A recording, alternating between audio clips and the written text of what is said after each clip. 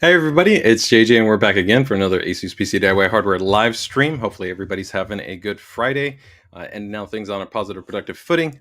For those, of course, that don't know me, it's JJ back again here for another PCDIY stream. In this week's stream, we've got some really cool updates as we get a little bit closer towards the end of the year, where of course we're going to have actually CES. We're going to have a lot of really cool, exciting announcements. But ending out the year strong, we've actually got some really cool updates that we'll be coming to the market with. So we're going to actually be talking about an update in terms of our gaming lineup for our routers, which is the TUF AX4200. So we'll be touching on that. We're going to touch on the ZenWiFi XD4 Plus, which is a 3-pack mesh networking solution. Really great for those of you looking for much broader coverage, probably for people that are going to be, I'd say, over 3,000 square feet in terms of coverage, but also at a very reasonable price point. We've also got some good peripheral updates where we've got the ROG KERIS Wireless Aimpoint refresh update. We've got the ROG Moonstone, which is our glass gaming surface. Which if you guys have never used a glass gaming surface, if you really are somebody all about that slide kind of drag-free gaming experience and also a really easy to clean mouse pad, then the Moonstone might be the option for you. And it's exciting because we're also going to be offering it in white and we are going to be offering it in black. We're also going to be talking about the Moonlight White edition for the ROG AZOTH, which is now going to be rolling out channel wide. So for those of you who have absolutely loved the AZOTH but been looking for a white version of it, we are now going to, of course, have a white version of the AZOTH. And then in addition to that, also the long-awaited ROG STRIX SCOPE II keyboards. So this is a follow-up to the ROG STRIX SCOPE II 96 wireless, which recently came out. We also going to touch a little bit on that model as we're now introducing the new version of the actual ROG NX-based switches, where we originally launched with the Snow switch, and now we're also going to be releasing the Storm switch. So we've got Team Linear, and we've kind of got Team Clicky, Team Tactile. Which side are you on? Do you like linear? Do you like tactile? Do you like clicky? Do you like thock? Or do you like quiet? Me personally, I'm definitely always a fan of the smoother and quieter experience that you have on a linear-based switch. But the Storm switches are really nice if you're somebody that really likes that little bit of kind of that deeper, kind of nice tone to your switch for your keyboard. And then in addition to that, we've got the ROG STRIX SCOPE II RX as well. So an update to those of you that are looking for the optical grade switches that we introduced with our prior models, or models like the Claymore 2, which I'm using here, or the ROG STRIX SCOPE RX previously. So a lot of stuff on the keyboards actually for this week. And then from there, we've got actually a really, really cool number of updates in terms of some cool promotions that we're getting ready for Black Friday. Right now, we're probably going to be talking a lot about, we've got a lot of displays that we just put on promotion.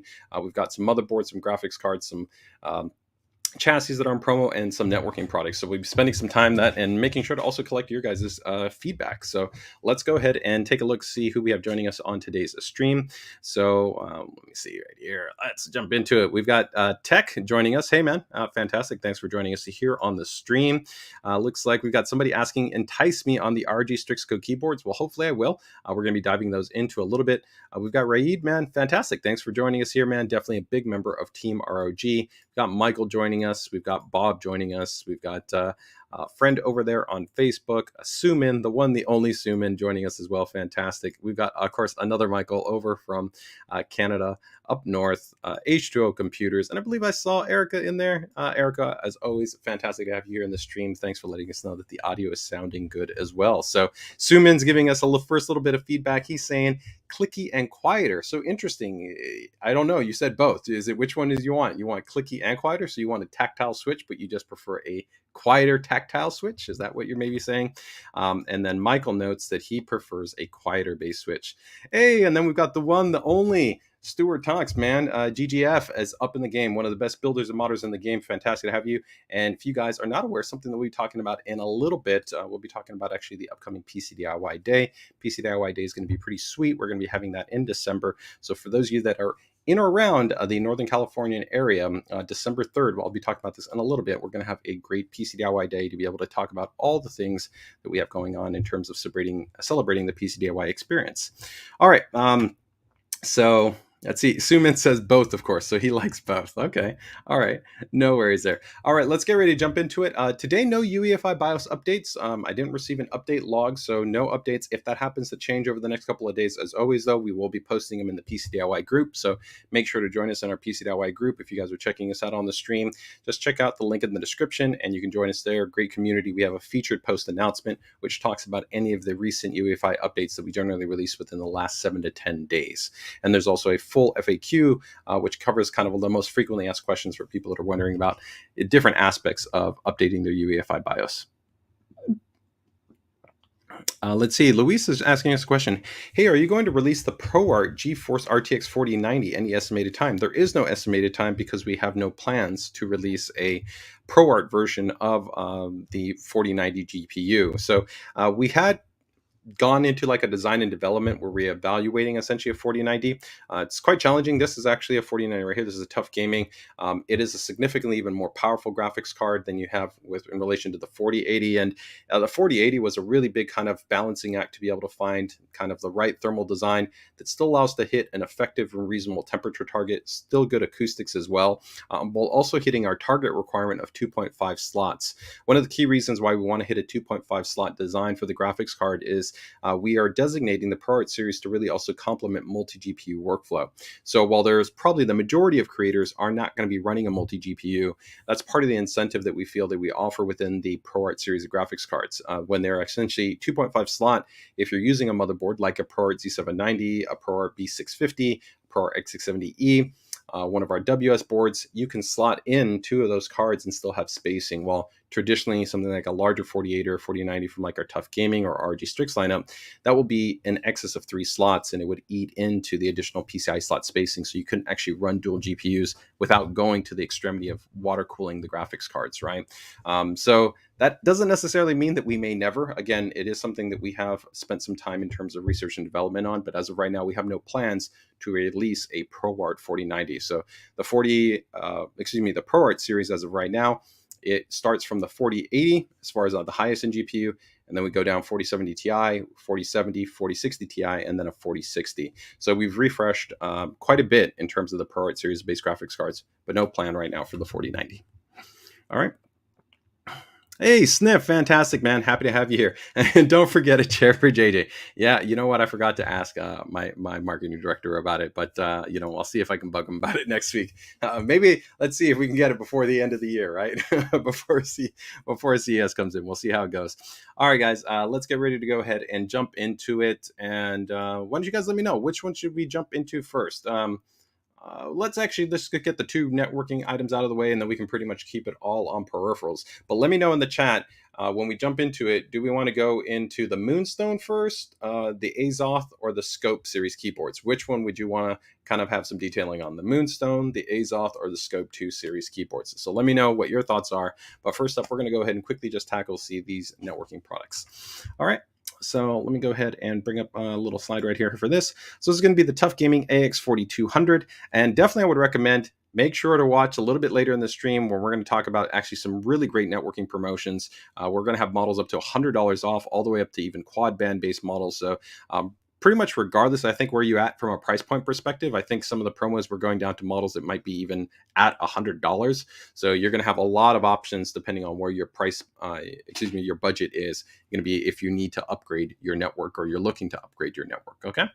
So let me go ahead and bring up this model right here. All right. Let's bring this up right here. So this is the Tough Gaming AX4200. The big thing I would say about the 4200 in terms of why it would kind of make sense compared to, let's say, a standard router, and also how it kind of differentiates between, let's say, our standard RT series and it being a gaming router, because, of course, any router can be utilized for gaming. So it's not that essentially it's inherently gaming only. It's just that it has certain feature set that complements a little bit more on the gaming side of the fence. So the first item is going to be this guy right here, which is going to be a 2.5 gigabits WAN port. That's going to be advantageous. We're starting to see now more ISP services essentially offer faster than 1 gigabit based internet connectivity. To be able to, of course, support that, though, your router needs to have a WAN, essentially an input that supports greater than 1 gigabits. Especially, I think, prior to really kind of 2023, you probably started to see it in about mid-2022, where you started to see more models that were being produced, especially on our side, which were referred to as gigabit plus or multi-gigabit.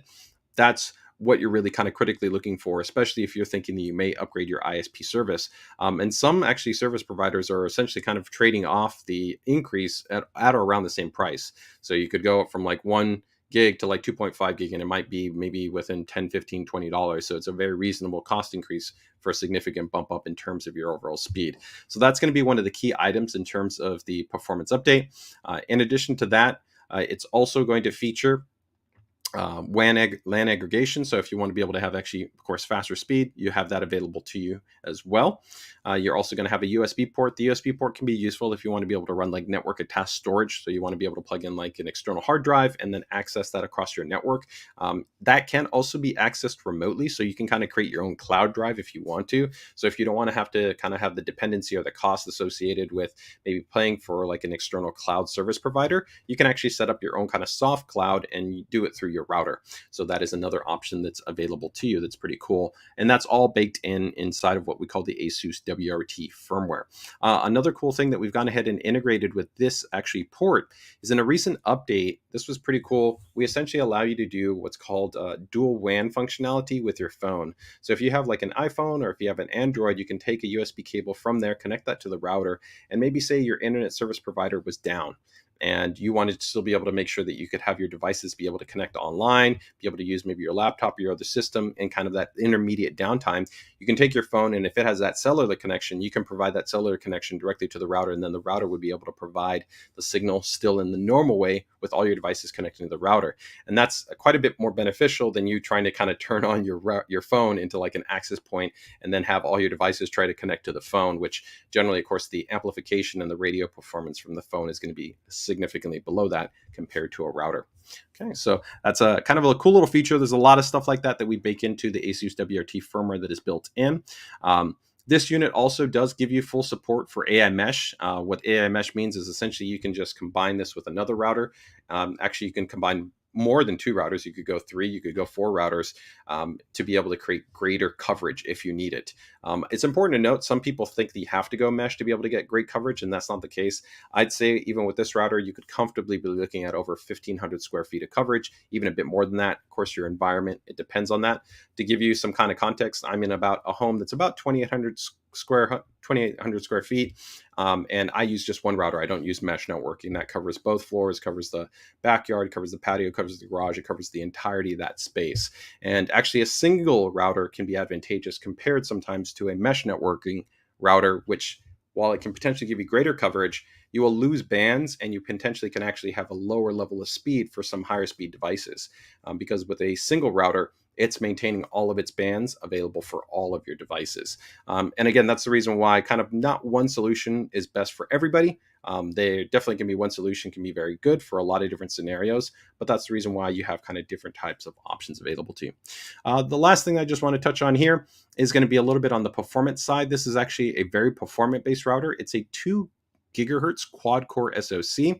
And you might kind of be wondering about like, well, why does that matter? If you actually compare this to routers from a few years ago, you can find routers that are commonly like maybe like a dual core 600, 800 megahertz, maybe 1 gigahertz based processors. The newer processors just allow for much more robust handling, especially when you have a higher number of devices. They also allow for a lot more feature-rich functionality that can be run directly on the router. So an example of this is like if you wanted to run a VPN, instead of you having to install like a VPN client on your computer or on your phone or different devices, you can actually install the VPN on the router directly and then have all your devices be able to actually take advantage of that VPN functionality. So that's a really cool feature that we have built in, but it also can be dependent on the chipset or essentially the processor inside the router. The faster the processor, the better the VPN performance can be. And it can actually be upwards of sometimes 2, 3, 4x the performance benefit when you have a faster chipset as opposed to an older chipset. So that is going to be the Tough Gaming AX4200, a nice addition. But again, we're going to talk about some really, really great promos on Wi-Fi. If you're interested in upgrading to Wi-Fi 6, Wi-Fi 6E, 10 gig LAN, 2.5 G LAN, all kinds of things like that, and a little bit when we get into some of our promos. So I'm going to go ahead and get ready to jump into the next model right here. I'm going to quickly see if anybody had any quick questions on that.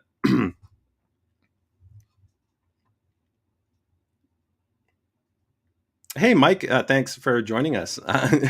Yeah, I'm going to take a little bit of a sip right here. Matthew goes, that's a good feature, VPN and mobile. Yeah, there's tons of other features that we have, of course, that are built in, such as, quality of service where you can optimize. And if you want to optimize for, let's say, video streaming, or if you want to be able to optimize for browsing, or you want to be able to optimize for gaming, you can literally go into the ASUS mobile router app and you can just do a little bit of a kind of drag and drop, and you can prioritize versus experience. And you can also prioritize versus client. So client can be kind of useful, especially if you have a lot of devices that are all connected at one time. You can kind of drag the client that you want in a hierarchy scale, and you can go, hey, I want this device to be the one that's receiving the priority when traffic is being processed through the router. So if that maybe is your gaming system, right, versus let's say, other people with their connected phones or laptops or IoT devices or other things like that, you can easily do that. But there's tons of features. And if anybody's interested in that, we have a really great stream that I did not that long ago that talks about kind of upgrading to Wi-Fi 6 and 2.5 gigabit networking and more of our kind of rich features that we offer in the ASUS WRT firmware. All right, let's go ahead and get ready to jump into that. Let me drop that one into the chat though, just for you guys, if anyone wants to take a look at it. All right, so let's go into our next model. Next model is going to be the XD4 Plus. All right, and this is going to be a little bit different. This is actually under what we refer to as our kind of general or kind of consumer networking product, because this is a mesh networking product, quite popular for people that maybe are just looking for solid, stable, and reliable Wi-Fi coverage. Maybe they don't necessarily need the absolute fastest speeds, although in our ZenWiFi line, we do go to absolute flagship level of performance. We have models that will be Wi-Fi 6, Wi-Fi 6E, tri-band, quad band, and even upcoming will be Wi-Fi 7. So you can get pretty much the entire gamut from entry-level mesh all the way to the highest level performing mesh. This, I think, is just a very solid option for people that, they've got a good number of devices, they've got a larger space, and they don't want to go too expensive in terms of, going into, $300-$400 for their networking device. Although generally, the more you spend for your router over time, it generally kind of will return to you, because you almost can't overbuy your router in that respect, where it ends up kind of just giving you more flexibility to support more devices, support more bands for future hardware that you might bring in, have higher speed networking connectivity. So there's usually a benefit that over time you will begin to realize. But let's take a look at this model. This right here is the ZenWiFi XD4 Plus. Specifically, this is the white model, but you can see we also do have it in black. For those of you too that might just kind of have to be considerate in terms of that, if you're putting something out, maybe within an office, a living room, a kitchen environment, and you don't necessarily want maybe that traditional router look where you don't want antennas. These have a more refined kind of aesthetic, which of course just doesn't have any external antennas. It's all within the body, so nice and compact. There are also even accessories that you can find actually in the third party marketplace for people that kind of put them like on little brackets, and they can mount them on walls or little different kind of sconces or different places within your home environment. So in terms of coverage, you can see this is again a rough estimation, but you'll see one unit already would be able to comfortably cover, like a small condo, a small home, a single floor home.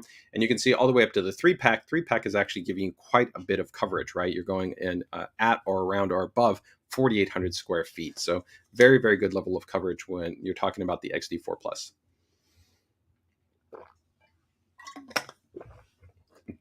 Now, the one thing you want to keep in mind is that the way that mesh networking works in comparison to like a traditional router is to have each one of these nodes talk to each other. They are using something that's called a backhaul. So a backhaul can either be wired or it can be wireless. So if you have a dual band router, which all of these are technically dual band routers, you're going to be using one of those bands to link each one of the nodes together. That means you only have one band exposed, which actually your devices connect to. When you talk about having a dual band router or tri-band router, the more bands you have, generally the more bandwidth you have for higher speed devices. So like if you have a newer laptop, you have a newer phone, newer TVs, they might be coming with Wi-Fi 6, Wi-Fi 6E, and those would be benefiting from like 5 gigahertz or 6 gigahertz bands. Here, with this type of setup, you're going to generally be limiting one of those bands. It's going to be a very stable band, which will generally give you good performance, but it does have a bit of reduction compared to maybe a higher performing, like I said, dual band router or tri-band router, because you're not losing one of those bands. Now you could offset that, of course, by then going to a mesh networking product that has tri-band versus dual band or quad band, and then you using one of those. Or you could also use a wired network. If you have the setup in your home where you could run an Ethernet cable from one floor to another and connect these, then that's that's the kind of the perfect solution, because then you could still keep both of your bands exposed for the best performance. Okay. You can see right there that you have actually a screw accessory pack that comes included, that actually also allows you to wall mount it. So if you don't want to kind of have it like on a table or on a shelf or something like that, you can actually go ahead and mount that on the wall. As I noted right here, this unit does support an Ethernet backhaul. So if you're lucky to have maybe a newer home, or maybe you've done a little bit of kind of reno to your house or your space where you've done Ethernet pass through, that would be even the preferred option to connect these units together to be able to create your mesh network, because you can leave both of the bands available to even be able to get better performance. These all get managed and monitored and configured through our ASUS router app. It's very, very simple, really, really quick. For most people, you'll probably be up and running, I'd say within a couple of minutes, probably 2-3 minutes max, and you're going to be up and running. And you got a lot of rich options in terms of feature set and functionality, including things like I talked about, like VPN and other stuff. This one's a pretty cool feature too, that is fairly new, that some of you may not be aware of: Instant Guard. Instant Guard's pretty interesting because you install the app on your phone for both Android or iOS. And essentially what it allows you to do is it creates a private connection between your phone and your router, and that then actually facilitates a connection to the internet. This can be advantageous when you're connecting to like public spaces, and you want to make sure to essentially not expose your connection in your pipeline of data in those spaces. So in a way, it's kind of creating like a VPN tunnel between your device, the router, and your internet connection. It's a more safe setup, and you don't have to pay for any of this. That is automatically included within the cost of the router. There's no monthly subscription fee or anything like that. So especially if you're maybe somebody that's traveling, that could actually be pretty cool. It gives you an additional layer of kind of security and anonymity when you're out and about outside of your home. Okay, so that is going to be the XD4 Plus, and I will go ahead and link that one in the chat there. All right, go ahead and drop that one in there.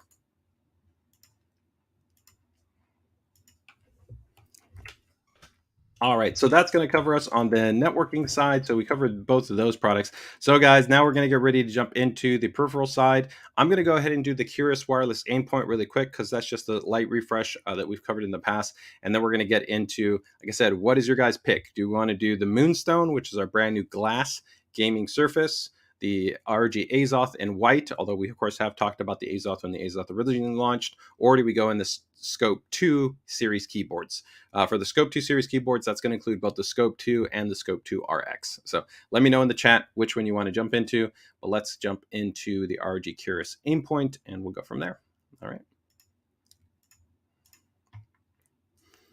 And actually, I think I have the KERIS. Yeah, I actually have the KERIS right here. I'm using it right here. So this is actually wired, but it is a USB-C based connection. So it is also wireless. So it is actually a tri-mode based connection. So that means that you can do Bluetooth, you can do 2.4 gigahertz, or you can go ahead and do USB-C. So you have 3 forms of connectivity. It also has an actually integrated right here little storage bay for the wireless adapter. So you don't have to worry about losing the adapter. I have the adapter right now connected on the board, but if I take it out, let me see if I can take it out really quick.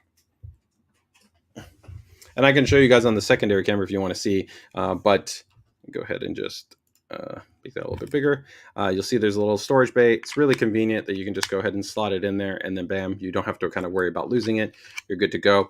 I really like this model. This is going to be probably a little bit better for people that I'd say have slightly smaller hands. I'm 6'2", so I've got a fairly large size hand. So for me, I prefer probably the Chakram X or our Gladius 3, or even the ROG Harp, right? Those models which are a little bit bigger for my hand, because also I tend to be somebody that's more of a palm, but it depends on your grip style, right? Are you in that claw? Are you palm? Right? How do you favor essentially kind of the ergonomics in terms of how you handle your mice? But if we take a look here at the mouse, this is definitely one of our highest performing mice. It has the ROG Aimpoint sensor, 36,000 DPI. This is going to have a 1,000 hertz polling rate. Now, it's also important to note that some manufacturers don't denote this, but in terms of our sensor, we do bin the sensor, so we ensure essentially minimal CPI deviation. So we actually have ultra high tolerance in terms of the CPI deviation for our sensor performance. And also, you may sometimes see information regarding polling rate for some now mice on the market that have higher polling rates. And we do have some, like the ROG Chakram X, which is actually even higher, but the polling rate doesn't give you actually all the data. There's a lot of actually let's say tuning that actually goes into the totality of what's called the entire signal chain. And this is accounting for things like debounce delay tuning, and even actually the way that you design the actuation mechanism which makes contact with the switch. And in our actually testing and evaluation, and you can actually find this even within some media that are actually correctly testing latency and analysis, our 1000 hertz polling is actually competitive with mice that can be actually all the way up to 4000 hertz polling. So in that respect, you shouldn't necessarily kind of be fixated purely on one value. You also want to be aware that some people don't understand that the more data you send across the USB bus, you actually do also increase CPU utilization. So the higher that you're actually placing more signal load on your bus, you actually are adding in more data that your CPU has to account for. This is actually partly the reason why, like if you very heavily saturate the USB 3 bus, or you very heavily saturate your M.2 based SSDs or storage devices, if you actually look at CPU utilization, your CPU utilization goes up a lot, because it's a lot of data for your system to process through the I/O bus or through the storage bus. So just something to be aware of. This utilizes our latest generation SpeedNova based wireless chipset. So this is ultra low latency, optimized for distance, latency, and overall battery life performance. It's very, very good. This is an ultra lightweight based mouse. So ultra lightweight is going to be really under that 80 grams, so 75 grams. It does also offer a really cool design here in terms of the push fit socket design. That means that you can go in and you can actually remove the shell and you can have access to the switches, and you can remove the switches. I don't think I need to show that to you guys because I've shown it to you guys a lot in the past. Probably most of you in the stream have seen that before. If somebody does really want to see it, let me know, and I can do it. It literally takes about like 2 minutes to do it. It's very, very quick. But that's a key feature. Logitech doesn't have this. Razer doesn't have this. SteelSeries doesn't have this. Corsair. It doesn't matter. None of the top manufacturers in the gaming space actually offer the ability to customize or replace the switch. Normally, it could be more of a challenge to even disassemble the mouse. And then from there, you would have to generally use a soldering iron, and you'd have to desolder the switch and then know how to resolder the switch. The great thing with our mice is you don't need to do that. Literally, it's 2 screws. You lift off the shell, you place your switches, and you're good to go. And you can also customize. Do you want a lighter switch? Do you want a heavier switch? Do you want a quieter switch? I've even shown in prior streams how you can actually take like a silent switch, slightly file it down because it's not traditionally designed for this type of for general type of mice, but how I put a silent switch in my mouse and I had silent clicks as opposed to any clicks. So if you really, really like something quiet, you can do that. That's pretty cool. So yeah, let's go to just take a look at a little bit of the highlight video right here. Kind of shows a little bit of the information there on the KERIS Aimpoint. It comes also included with an ultra lightweight cable. It's called our ROG paracord cable. It's literally probably one of the lightest cables on the market.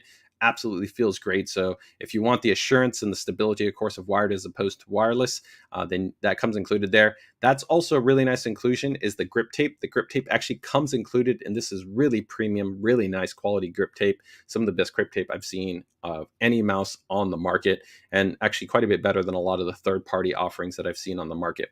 And that is actually available for both the white and for the black model. Okay. So that is going to be, and for me, I do like the grip tape. Let me know, is grip tape something that you guys actually utilize? Is it something that you don't utilize? For me, I tend to kind of sweat a little bit more when I'm gaming on my hand. So I do like actually having grip tape. You have onboard memory profiles. You can quick toggle between the DPI and go from there. So here's also some breakdown data that talks a little bit about the SpeedNova chipset. This is important because it really does help to maximize not only, like I said, battery life, range, but signal stability. Okay. The pivoted bug mechanism is actually pretty cool. We've shown this off in a prior kind of stream as well. But when we disassemble it, it literally just means that on the inside of the housing, there's actually a little bit of an extension to actually where you depress the button, right? And that button itself is going to actually make consistent contact with the actual plunger on the switch itself. The other cool thing here is the ROG micro switches on here. These are very high quality, 70 million click rated. In addition to that, they're also binned for consistency. So we bin them to have plus or minus 5 gram force deviation. So many mice, they will not do that. And the reason why we do that is so that the experience between the left and the right click is consistent, as opposed to on a standard switch, you can sometimes have gram deviation upwards of 15 grams, which is pretty sizable if you actually think about like the feel difference between, let's say, maybe like 45 grams and between like 60 grams, that's pretty notable, right? Generally, most people can usually tell the difference between about 5 gram deviations. So from like 45 to 50 to 55, you can feel the difference. So that's just for reference. That's also something that ROG, I think we were the first manufacturer on the market to unilaterally do. And I don't know that there's any other manufacturer that openly discloses that they actually are binning their actually switches for consistency. Okay, so that is going to be the ROG KERIS Aimpoint, really nice addition. And again, we've got tons of other mice in our lineup, but that is going to be a nice addition right there. Let me go ahead and drop that one there in the chat. Let me go ahead and take a look and see. So some of the feedback here, it looks like Scope 2 is winning. So that's probably what we're going to talk about next, right? Crazy Killa is giving us some feedback that says the wireless mice need a charging station of some kind. That's some feedback that we've had. We haven't had that many people ask for it. Our models already have not only long battery life and quick charging support via USB. Making a charging station would kind of add unneeded cost to that, right? Because you would then have to use the charging station, or why would you use the charging station as opposed to just using something as basic as the cable that comes in it? Not to say that we don't, because we actually have the Spatha. The Spatha is our kind of large MMO action RPG centered mouse. And that one actually does have a magnetic base that you can actually sit and you can dock your mouse on and it can charge.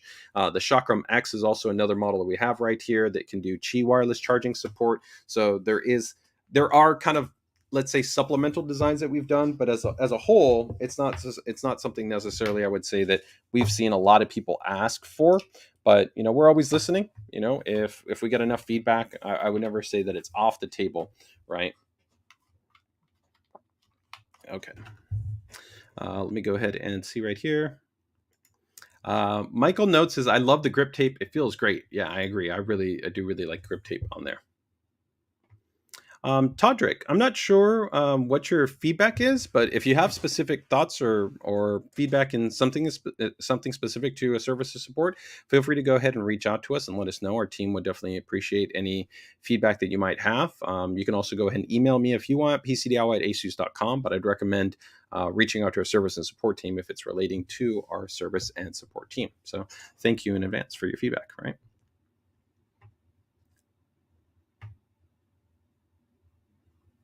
All right. What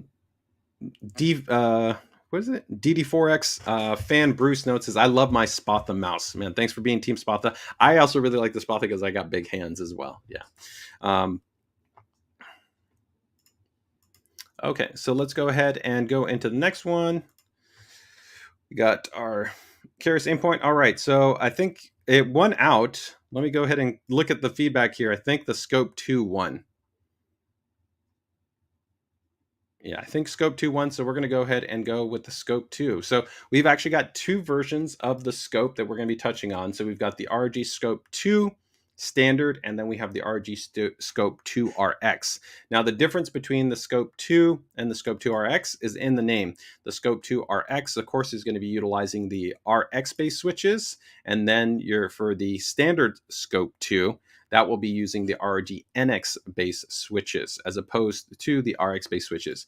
And we'll talk a bit about what the differences are in that respect. One of the key differences, though, will be that, of course, one is an optical-based switch and the other is a traditional mechanical-based switch, okay?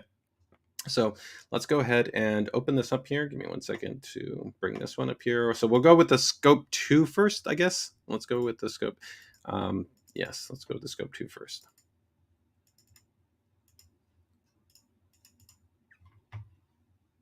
And we'll bring up the product page here in a moment, but give me 1 second. So let's bring up here. Okay, yeah.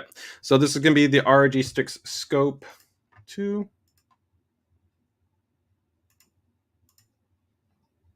And sorry, I want to make sure I'm not getting the RX. Okay, yeah, there we go. Okay.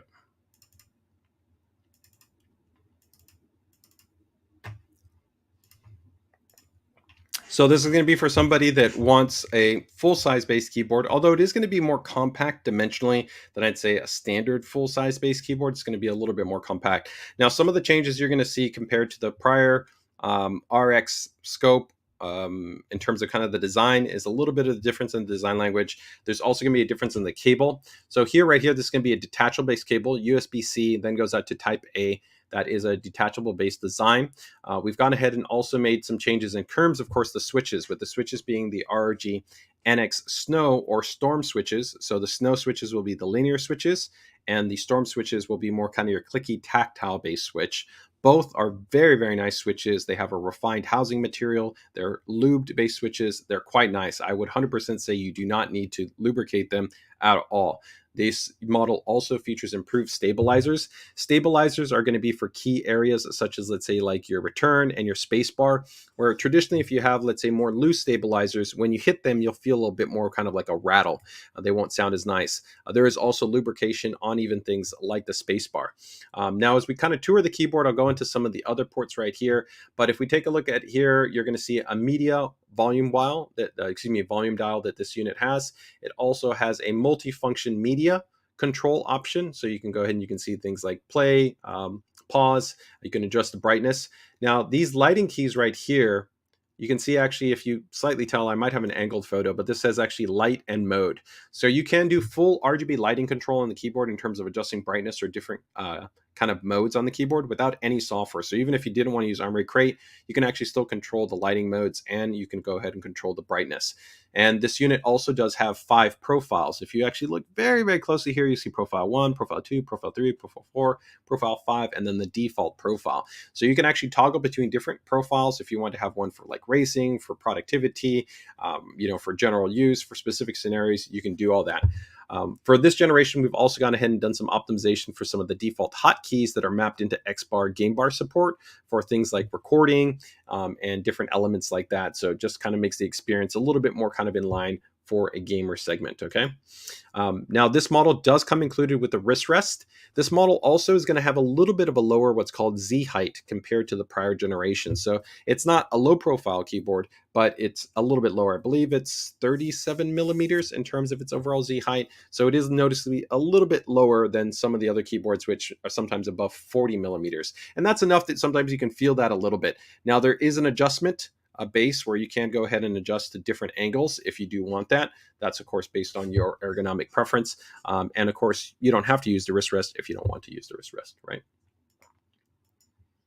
Now, the other element too that you'll see is very nice consistent lighting. These are also going to feature PBT keycaps for the US. Now, if you're watching us outside of North America, you do want to check in your region if they will be offering the PBT keycaps, because we do technically offer globally an ABS version and a PBT version. For North America, we will only be offering the PBT version. It is the more durable and more premium offering.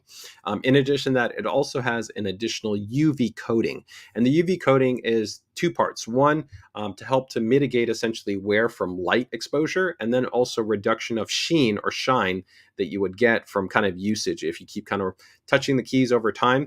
PBT double shot keycaps inherently kind of help in that respect, but then the UV coating further helps in that respect. So they're very, very, very durable. And essentially, you don't have to worry about any of the legends fading. So you don't have to kind of be concerned that, in a year, all of a sudden, you're not going to see where the U is, or you're not going to see where the 4 is, or any of those things are going to fade out because of the way that the actual molding process works. It's there through the entirety of the keycap. And then just also, like I said, from a resiliency, they are quite resilient in terms of mitigating against any type of shine or sheen over time. Okay. This unit does, as I already all noted, have, of course, multiple profiles because it has hardware onboard memory, and you, of course, also support on-the-fly macro recording support. If you want to be able to do that, you can see you can hold the macro button. You can go through on-the-fly macro control.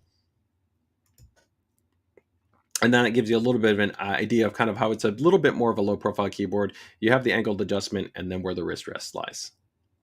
And the really cool design, it's subtle, but if you actually take a look right there, you can start to see the ROG housing for the actual switches, which even they have that little ROG eye on them.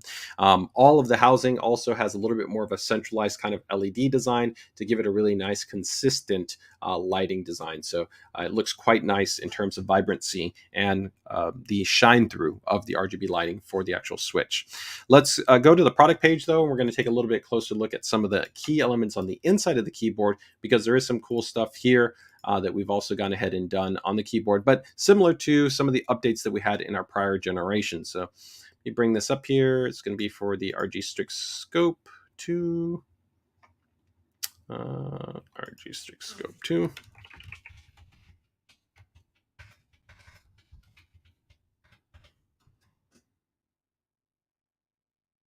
we go. Okay.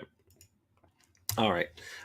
So as we move down here, one other element that you won't see necessarily on the inside is going to be that this unit does actually have a sound dampened foam on the inside. So that just helps to reduce some kind of pinging and some kind of reverberation from the inside of the chassis. That helps to complement along with, like I said, the quality of the switches to give you a nice, consistent, soft sound in terms of the keyboard. It's not overtly kind of pingy or heavy in that respect. And again, the switches really complement that sound as well. So definitely it's a nice balance where you don't go to the full extent of like all the multiple layers in terms of the gasket mounting and multiple kind of sound dampening layers that you might see on the AZOTH, but still a nice upgrade comparatively to a standard keyboard, which wouldn't have any type of sound dampening foam within it. Okay. Here you'll see a little bit more information regarding the two different types of switches between the snow switch and between the storm switch. Now, I'll also point out that these are going to be differing than your standard kind of cherry switches, and they're actually a little bit closer to our RX switches in that because you're using a walled stem design, that design actually is going to improve the overall kind of keycap stability and wobble. So I can show you here on a second cam if you want to guys see this. I don't know how many. How many you right now? Let me know. Do you know if you just right now have like a standard Cherry MX type of switch? Now, of course, there's tons of different types of switches on the market, right? So you might not maybe have a Cherry MX switch, but let's just say if you have actually a switch that has a walled type of design versus a non-walled type of design. So I'm going to go ahead and use my Falchion right here for reference. Okay. And so this is, of course, a current model. We still offer the Falchion, right? But if we take a look at the switch, this is a traditional, just center-weighted switch design where it doesn't have a wall. So if I remove this keycap right here, you're going to see right there that the switch has nothing around it. Where if we actually take a look here in the image, right, you can actually see here that it does actually have a walled design around that center stem. And the reason why you actually have that walled design is that if you look right here, if you can kind of just look very closely, let me see if I can lift this up a little bit, or feel free to try it on your keyboard at home. If you press down, you'll notice that that switch actually moves around quite a bit. It wobbles. That's just inherent to the design that when you have this center weighted design. Now, that was one of the really cool things that we did, of course, with the RX based switch, is the RX based switch has a much firmer multi-point design where also, even if we take a look at the base of the keycap, where you see here you only have that cross stem, and that's actually what is making contact right with the switch. And you can kind of see then why it makes sense that it has what's called force deviation. You can go literally this side, you can go this side, you can go this side, you can go this side. It moves all around. Most people get used to it. Personally, once you find a much more stable switch, it's kind of really hard to go back. I really am a much bigger fan of something like this. Now, this is not the switch that's on the Scope 2. This is the RX based switch. So let me show you guys here. Focus in. This is the Claymore 2, but the point will still be pretty similar. That here, if you take a look here at the Claymore 2, it's going to be using a switch, which you actually see is quite different, and it has a 4-point stem design. And this will be valid when we talk about the Scope 2 RX, which uses this actual switch. And you can see right there, right, that you have the 4-point stem design. And once that's actually installed, that allows it to be quite a bit more stable in terms of the experience. So when I press on this, there's very little movement actually to the left, to the right, to the bottom, to the top. It's a very consistent, smooth experience. It's really nice that I'm a really big fan of. I love the stability and kind of the reduction in terms of keycap wobble and force deviation that you get on that type of switch. And you will see that even though this is not the switch we're talking about for the Strix Scope II non-RX, you still kind of have that improvement because you're using more of a walled design. So again, if we take a look back here, you have the snow switch. This is going to be the quieter linear switch. So you have no kind of bump. You don't have any feel that when you depress it, it's just kind of a smooth depression. This is my favorite. If you're looking for the quieter option, this would be my recommendation. If you're on kind of Team Thok and you want a little bit more of an audible kind of sound, you want that tactile feeling experience, you want that little bit more of that clacky experience, then you want to go with the Storm switch. So you can go with the Snow or you can go with the Storm. Both of them are also, like I said, factory lubricated, and they also have a really nice housing material which complements the sound, but also complements the RGB pass-through. Okay. There's those X-Bar Game Bar media keys that we talked about. So you can these things like screenshot, recordings, muting the microphone, all of that stuff is built in. That's really, really nice. I like how that it fully integrates in. All of us are probably gaming on at least Windows 10, if not Windows 11, right? So you would be generally be leveraging the X-Bar Game Bar support. So, and there you can actually see that sound dampening material on the inside that we talked about, right? So overall, that is going to be the ROG STRIX SCOPE II, and that's going to be coming in at $120. I think very reasonable for its price point. Now we're going to get ready to talk about the ROG STRIX SCOPE II, but the RX version. So let me go ahead and get ready to jump into that, but let me see if we had any quick questions.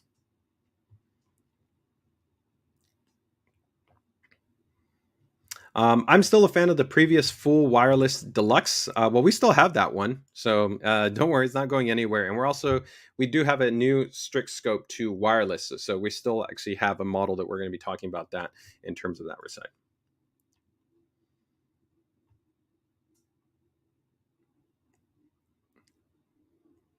Yeah, Paskowitz goes as I ordered some Franken switches that are meant to solve this very issue. You don't really need to order like a Franken switch. If you get a switch, like I said, with a walled stem, they'll already be better. It can also be influenced by the quality of the keycap. Different keycaps actually have different levels of Z height, and their injection molding quality or their kind of molding quality as a whole can also affect this. So it's kind of a combination of the keycap and the switch itself. But I can tell you, for me, I've tested keyboards upwards of $500, $600 custom keyboards that have keycap wobble. So it's not directly related to the cost. It is really kind of a combination of the body, the switch, and then the keycap itself. And in that respect, the RX switch is actually really, really good. It's actually hard to beat. There's very few switches that actually have better stability as a whole throughout the entirety. And there's another part that a big difference that you have with a traditional kind of switch that exists on a lot of the market is that there's a center spring. They can vary in terms of their material and for the actual height of the spring, which also can affect kind of how bouncy the switch feels, how kind of quickly it kind of moves back up.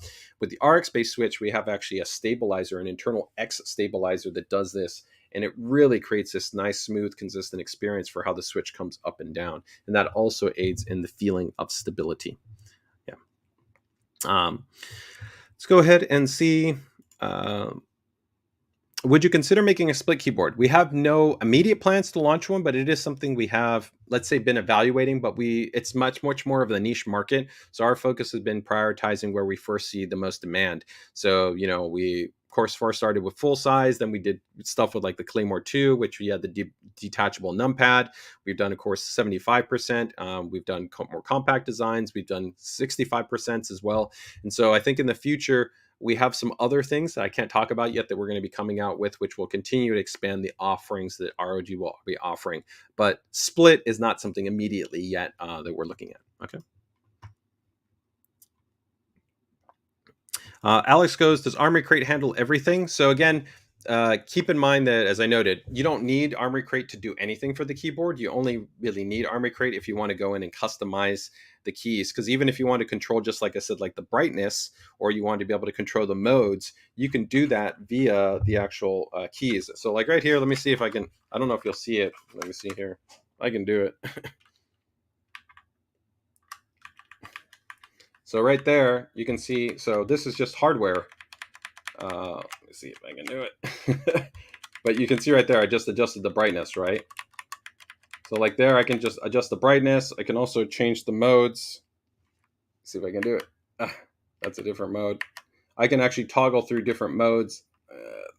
Wait, is that the...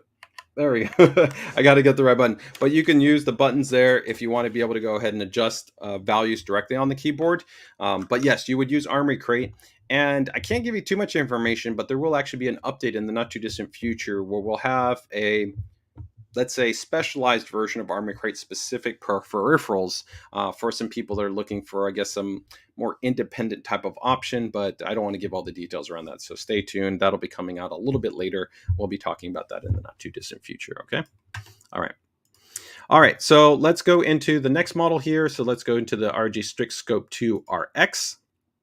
All right. Um, So this is the ROG STRIX SCOPE II RX. Now it's going to look pretty similar, but it does have, I think, some specific differences. Okay, so you'll see this one's a little bit more expensive, right? As opposed to 120, it's 140, so it's a $20 delta. I would say the main benefit. Everything else is going to be identical on this model, but the main benefit is going to be that you get those ROG RX optical switches, which are even higher performing. They're lower latency, right? But they're going to carry, like I said, even an improved experience in terms of the keycap stability. But another benefit that you have with the ROG Strix Scope RX switch is because the way it's actually mounted in within the PCB, it's fully actually sealed. So it is a much more resilient switch to the ingress of like dust, debris, and dander. So the standard Scope 2 is not IP rated. This actually keyboard is IP rated. So it's IP rated, I believe, 57. So that's actually pretty tolerant in terms of not only dust, but even actually water. So you could, literally spill something on this keyboard and it wouldn't matter. So if you're in a scenario where you want something that's a little bit more resilient, then the ROG Strix Scope RX would be, I would say, the recommendation. Otherwise, everything else is going to be between them the same. Okay, as far as the design, the sound dampening, the connectivity, the hotkeys, all those things. But the RX switch in itself is going to, like I said, different. And that's also going to facilitate, like I said, the IP57. I'm just going to give you a couple of quick shots here just so you can see a little bit more on the RX-based switch. So give me one sec here. And then we will go into the next portion here. Yeah.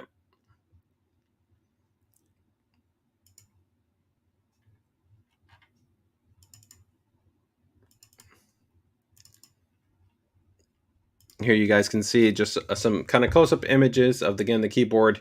Again, very similar what you're going to have, but there's a difference. The keycaps here are also still going to be PBT double shot with the UV coating. And there you can see where I was talking about how this switch, it's quite a bit more walled, right? Where it's actually a fully sealed walled design. So across all four sides, right? And then you have the 4 points where that keycap is resting in for really nice stability. And then the LED is centrally mounted. The benefit I also like of the centrally mounted LED, it seems kind of silly, but it means that your legends tend to not be offset. So your legends on a traditional keyboard would generally be offset. They're not in the center. I love the fact that they're in the center, and that allows for really consistent, vibrant lighting for the keycap in relation to the LED. Because normally for most other keyboards, usually kind of the LEDs either top or bottom facing. So south facing or north facing. Most gaming keyboards, you're generally going to probably be north facing. But it's also, that's another difference that you're going to have in terms of the design. So that's going to be the ROG Strix Scope II RX. All right. All right. So let's we'll talk about, for somebody that said that they were kind of interested in potentially that the wireless model. Let's go ahead and take a look here at the wireless model. So give me 1 second here to open that one up. And this one's going to be here. Yep. So this is going to be the ROG Strix Scope 296, which is going to be wired and wireless. Okay. So let's go ahead and take a look at this one. So this is going to also be offered, same thing. It's going to come with the ROG NX based switches. So either the Snow switch or the Storm switch. We already launched the Snow version, but now we're launching the Storm switch version. So here you do see it does go up in cost, right? In terms if you want the wireless based functionality, but you are getting a more kind of course, a comprehensive keyboard in terms of the connectivity. So let's go through this one here. Some really nice shots. Now, another difference of also why the cost is, it's not just a cost increase just because you're going over to the wireless connectivity and wired connectivity, but this unit, as you can also see, has a hot swap PCB design. So if you do find that you want to go to a different switches, then you can go ahead and replace your switches because it is a hot swap PCB. So if you want to go from linear, do you want to go to tactile, do you want to go to clicky? I even on one of my keyboards, I actually have a split designation. So actually I will use a tactile switch on a lot of my F keys, right? but on my primary alpha key, so my actually letters on your keyboard, I'll use my quietest, because that's usually what I'm using in terms of typing. But sometimes if I'm hitting like a number of function, I want to know exactly that I'm hitting it. So I turn that sometimes into a clicky switch, or I turn that into a tactile switch. So I actually have like a split switch design on my custom keyboard that I have set up. So that's not everybody's take, but that's one of the cool things you can do if you have, of course, a PCB that is hot swap. So you can go ahead and change out to your preference. Now, keep in mind, these switches that already come in with here, switches can get pretty expensive. If you're buying, a 70, 90 plus switches, right? And again, our switches, they're factory lubed. They have nice high quality housings. They're already factory bin for tolerances as well, because that's another thing a lot of people don't realize. When you buy like a pack of like 60, 50, 90 switches, depending on the manufacturer, sometimes the tolerances can also vary. So the switch quality can actually be variable between one switch to another switch to another switch. Sometimes people don't realize this until they put them in, and they kind of feel like, well, this one feels a little bit different than another, right?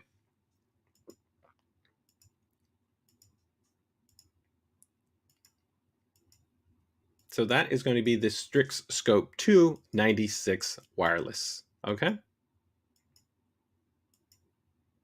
And this one will also be PBT keycaps and also have the UV. Another cool little update that you'll see right there too is that this one has kind of a little bit of a customized space bar with a little bit more lighting that was added in there to give a little bit more vibrancy for the space bar as well. Okay, so you get pretty much all the same things that we talked about in terms of the ROG Strix Scope II RX, right? But just upgraded there for the wireless version. So the wireless version, also, you're going to see here that it is compressed, right? Compared to like a full-size keyboard, it doesn't have that separation, so it'll feel a little bit more compact than a traditional full-size keyboard, because there's not a lot of spacing between where the numpad is and then also where you have your alphabet, right? So the other element here that's important to note is that this is a tri-mode. So I said wired and wireless, but it is Bluetooth, 2.4 gigahertz, and also USB-C, and it is also using our new SpeedNova chipset. The cool thing with this keyboard too is it will pair with like our latest mice, like the ROG Harp, which will give you actually the Omni receiver design. So that means the wireless receiver for this unit will actually be able to work with multiple devices. So you're going to have the mouse and the keyboard with just one. So that is a nice update there as well. Okay. All right. So we'll see if we have any questions there on the ROG Strix Scope II 96.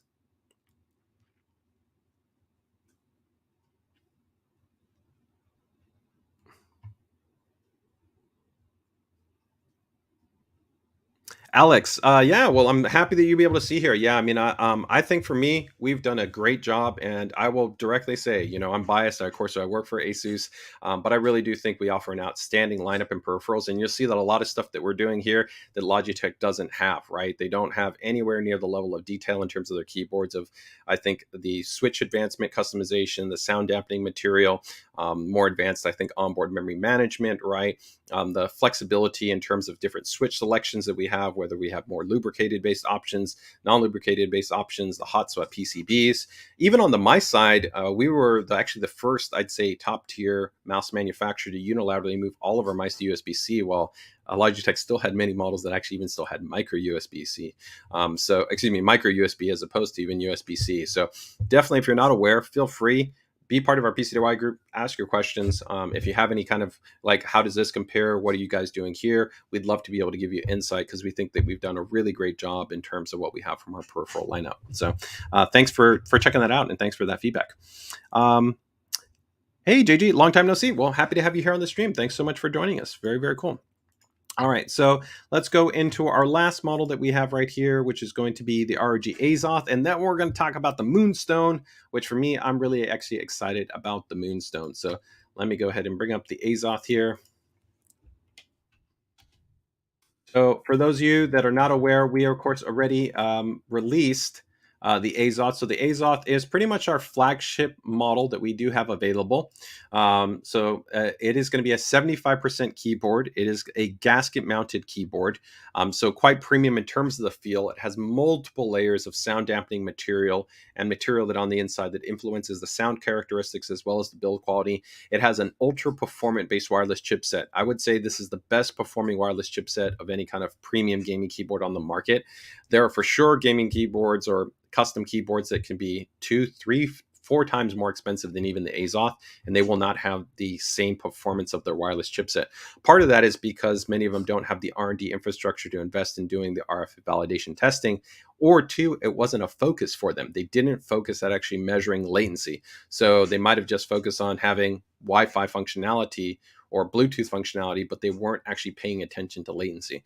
For us, everything from the housing material to the actual RF package and the controller that we have designed on here, we still always made sure that we were targeting not only performance and stability, but also optimizing for latency while still giving you a fantastic keyboard in terms of your typing experience. So the standard, of course, AZOTH is in black. This one will be in moonlight white, so you get that great white design. You have, of course, that really nice OLED live dash display there, so you can put animations, you can put actually information for your system that can show up in there. So there's a lot of cool elements in that respect. So you can see right here, you can have custom animations. You can have things like your CPU frequency, your GPU frequency. You can have audio visualization for your music playback.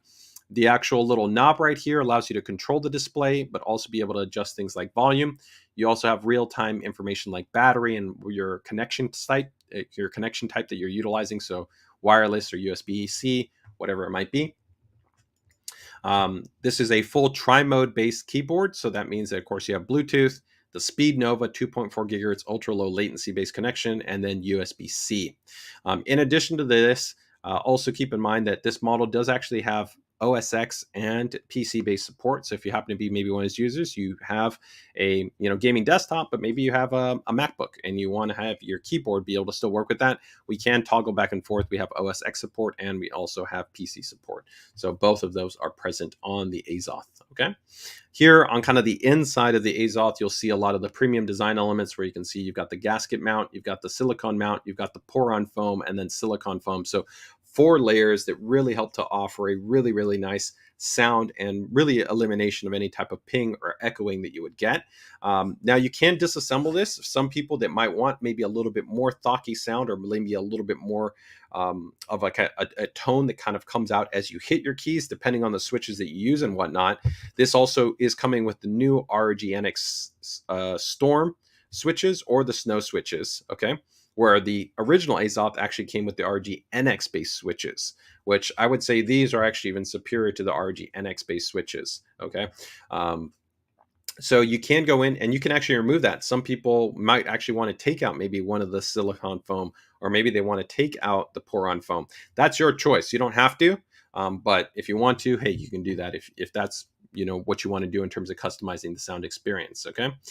There's improved stabilizers there. Again, like we talked about, to make sure that the experience feels nice and consistent for the keyboard and for the space bar. Okay. Hot swap PCB. So again, you can go ahead and change out to whichever switches you want.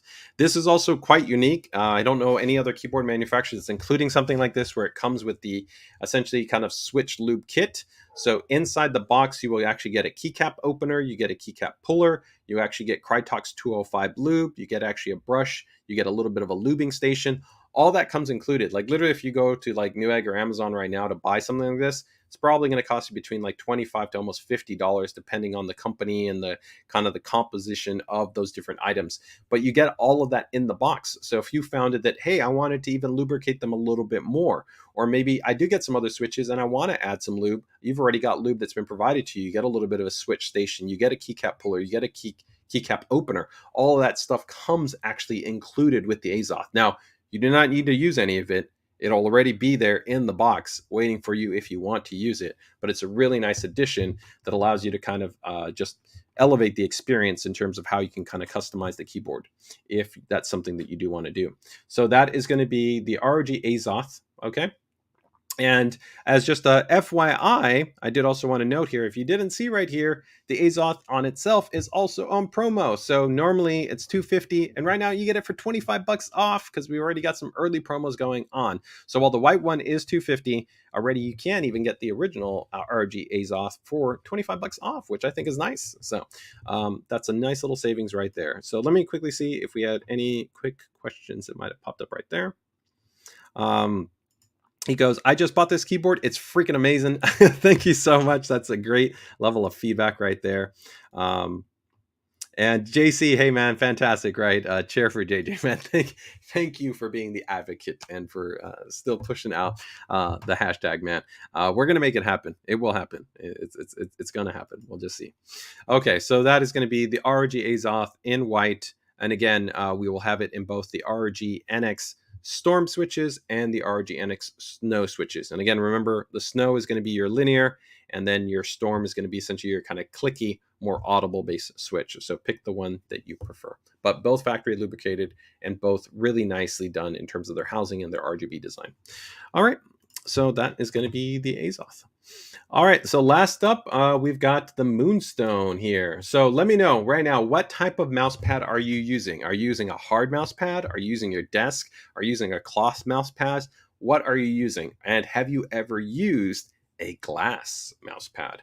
So we're very excited about the addition of this in terms of our lineup for gaming surfaces. So this will be the ROG tempered glass mouse pad that we're going to have right here. It's going to be coming in at $99.99. We will be offering it in white and we will be offering it in black. So let me go ahead and bring up some images here for this guy. The white is going to look pretty much just white. You'll see it right here. Now, a couple of things you may not be aware of. One is that it is tempered glass, so that really helps to mitigate the likelihood of you being able to kind of easily like crack it or damage it. It does also have a polished surface, and then we also apply a special coating on top of that polished surface. Part of that is to ensure just ultra smooth performance when you talk about kind of tracking your mouse movement across different axes, whether you're talking about horizontal or vertical axis. But the other reason why we also apply a coating is to mitigate certain type of friction sound. So sometimes you could hear like squeaking or certain types of other things like that. That UV coating helps to eliminate that and allow for a really, really nice experience when you talk about just the acoustic experience as well as actually the responsive experience on how this tracks. Now, the one thing that I will make a note of is that you generally wouldn't want to use any type of glass gates. Now, none of the ROG mice come with glass gates. All of our mice come with premium 100% PTFE feet, which would be perfectly optimized for this. And that's for the vast majority of you that have different mice, even from other companies, although some companies use lower grades of PTFE feet or mixed PTFE feet. So you can find out as far as what your manufacturer uses by checking on their website. Sometimes, though, they won't even disclose to you what they're using because it's a cost-saving measure to not use 100% PTFE feet. But that being noted, you don't want to use glass skates. So if you buy like an aftermarket set of skates, which you can get glass skates or potentially like ceramic skates, I wouldn't recommend using that on your mouse and then using that on the Moonstone. Okay, so just some FYI feedback for you right there. Now this is going to be larger than a traditional mouse pad. And then the base, which this is actually the base, is a non-slip base. So when you put this on your desk, you don't have to worry about kind of it moving or sliding or anything along those lines. It is a very, very nice anti-slip base design that we have there on the Moonstone. I'm also going to show you right here the black version of it. And then we'll take a look at a little bit more information on the product page as well. So again, we will have this in white and we will have it in black. You pick just the one that you want, but everything else is going to be the same in terms of what I've regarded in terms of, like I said, the polishing, the anti-slip base, the special coating on top of the actual Moonstone as well, the tempered glass, all of that is going to be the same. Okay. All right, let's go ahead and take a look here for a little bit more information on the Moonstone.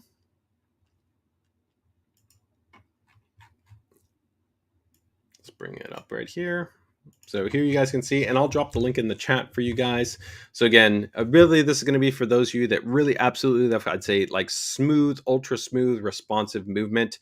Probably going to be more on the side of the fence for probably FPS type players, right? Although I do think for MOBA and actually I think for action RPG and an MMO, there could still definitely be a strong proposition for you right here. If you're definitely kind of in the more relaxed kind of gameplay experience, then probably no reason for you. Although I would say compared to a traditional mouse pad, one really nice thing about the Moonstone is that unlike a textile mouse pad, which they can be fairly easy to clean, but depending on the water quality that you have, whether or not you kind of are aware on what type of detergents or not detergents to use and things like that. This is glass, so just like any type of other glass surface, it's really easy to clean. You can literally just take a nice terry cloth towel, wipe it clean, and that's it. You don't have to worry about kind of dinginess or odors or kind of rolling or any type of those pain points that you might have with a traditional textile based mouse pad, right? So, and that is something that ROG has had to really kind of work on for our textile based surfaces, where those of you that might have models like the scabbard or the sheath, you guys know that we use very high quality textiles. We've done things like nano based coatings, which are hydrophobic, right, which they essentially repel like oil, dust, debris, and dander, so they don't get into the polymers. So that's something that we've kind of had to fight against, but here you don't have to worry about it, because essentially you don't have to worry about it because it's glass, right? So that is pretty nice. So there you can see again, white and black. Let's go ahead and we'll take a look at the dimensions, but we can take a look at this little video right here quickly. See if we got any quick questions that came up in there. So it goes, wait, the mouse pad is glass? Yes, it is actually tempered glass. That is correct. And then Michael goes, is it scratch proof? I would say it's pretty resilient. I mean, it's tempered glass. So if you've ever used anything in terms of tempered glass, so like Pyrex is a really good example of that. Pyrex is, of course, a name brand kind of manufacturer in terms of, items that you can have kind of in your kitchen that use tempered glass. And it's very rare to kind of see something like that get scratched. I would say it's very resilient. I don't know that I would note it as being scratch proof, but I don't think that you're legitimately going to have to be concerned with actually scratching this. So again, we also are polishing the surface and we apply a specialized coating on top of that to really allow for a very positive experience. Okay, so let's go ahead and take a look here at the dimension information for you guys.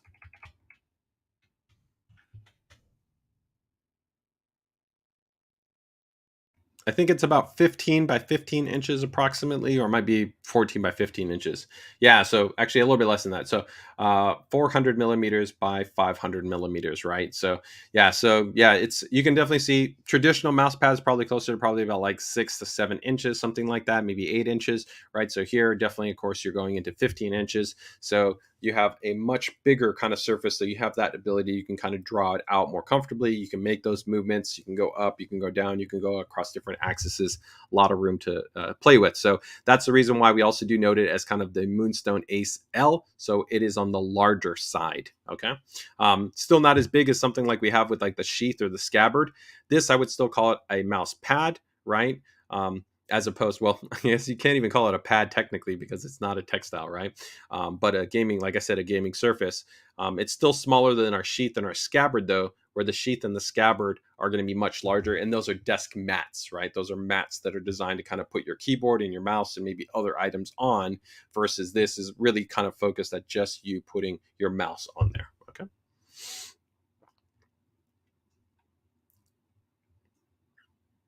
Yeah, and so here, Michael, you can see we make a note. It says scratch resistant, right, but not proof. And I think that would be true for kind of any glass, right? You would never necessarily say scratch proof, right? But I think quite resilient in terms of it. Okay. All right, so that is going to be the ROG Moonstone glass mouse pad, our gaming surface, right, in white and in black. So let me know. Yeah, Michael goes is saying, can you clean it just like normal glass? Yes, I would say yes. Just use a basic cleaner. You can wipe it with a nice terry cloth. I would probably just use like a warm terry cloth and just kind of wipe it like with that, and you'd be good to go. You could use glass cleaner. I would probably just be cautious of any glass cleaner that has maybe like a heavy solvent, because you would want to be cautious in terms of the coating that we put on top, right? Even if you ate through the coating, it's still going to probably be entirely fine, but the coating there is to maximize not only the gliding, but also to reduce potential noise. So ideally, you would want to have something that has like a heavy solvent in it that could maybe eat that coating. But I know that there's a lot of glass cleaners out there that are kind of, let's say, material safe. And from that perspective, yeah, you should be entirely fine. All right. So very cool. I think that's a great addition. And for anybody kind of wondering, we still haven't released it yet, but we still also have the ROG Hone XL coming out. So this will be the next kind of large gaming surface mat that we will be coming out with. So this one will be coming up soon. This one is really, really nice. It has a really nice base. It's extra soft, anti-slip rubber, and a hybrid cloth design, which really gives you a nice amount of kind of control, kind of stoppage power, right? While also still having the same type of coating that we've used on some of our other gaming surfaces for oil and dust repellency. Okay, so if you're somebody that wants kind of one of these really premium kind of weave textile burst pads, I really love the hone. The hone's quite nice.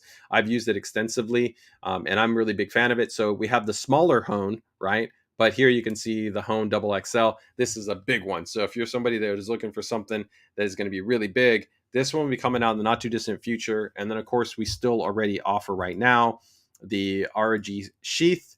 So I'll show you that, and I'll drop these all in the chat right now, just so if anybody kind of wants to check them out or look at them, they can. So we have the ROG Scabbard II. So that kind of makes up our kind of current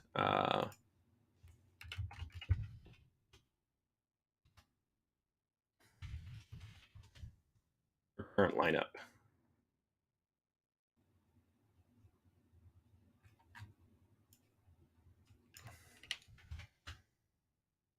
Okay, so let me just drop these in the chat.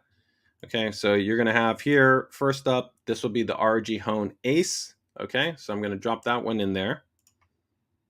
Let me drop that one in there.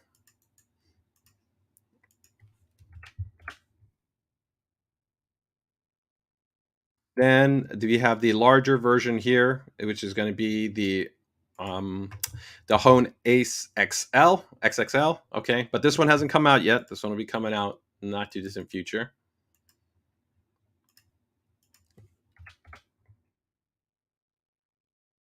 Then we have the sheath, and the sheath here, the sheath is $30. This is really nice. A lot of people in the PCDIY group have this, the sheath. The sheath actually comes in 4 different colors. We have electro punk, we then have a pink, and then we have like it's like a gray kind of black version, and then this black version. All of them look really nice. Really nice option right here, but that's the sheath. So I will drop that one in there. That one's $30. And then the last one is going to be the Scabbard II. Scabbard II is going to be a bit more expensive. The Scabbard II uses a very high quality based weave textile material with a very premium oleophobic coating right there, which is really resistant to dust, debris, dander, oil, things along those lines. So, but the Scabbard II only comes in that one color. It's not a multicolored version like what you can get within the sheath. Okay. All right. So, and did I drop the link in? If somebody can confirm me, if I dropped the link in there for the Moonstone. Not, let me drop this drop the link in there for the Moonstone.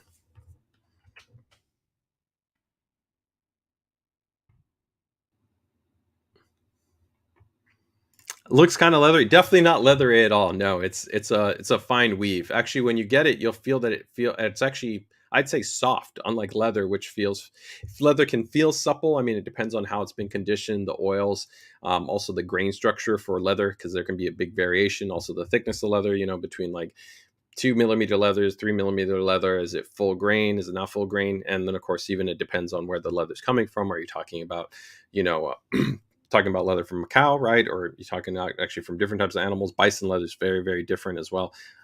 We don't need to get into all the variation any which ways, but it's definitely not like leather. That's for sure. All right. Okay, so let's go ahead and think that covers all of our updates on our peripheral side. Okay, all right. So let's go into some cool promos that we've got going on, guys. And if anybody has any questions on that, feel free to go ahead and let me know. But just as a general recap, again, the Tough Gaming AX42 router coming in at $170. The ZenWiFi XD4 Plus mesh Wi-Fi system, that's a 3-pack based system, is coming in at $200, right? Then the ROG KERIS Wireless Aimpoint is coming in at $99. That is both a wired and wireless. It's actually tri-mode, so USB-C 2.4 and Bluetooth.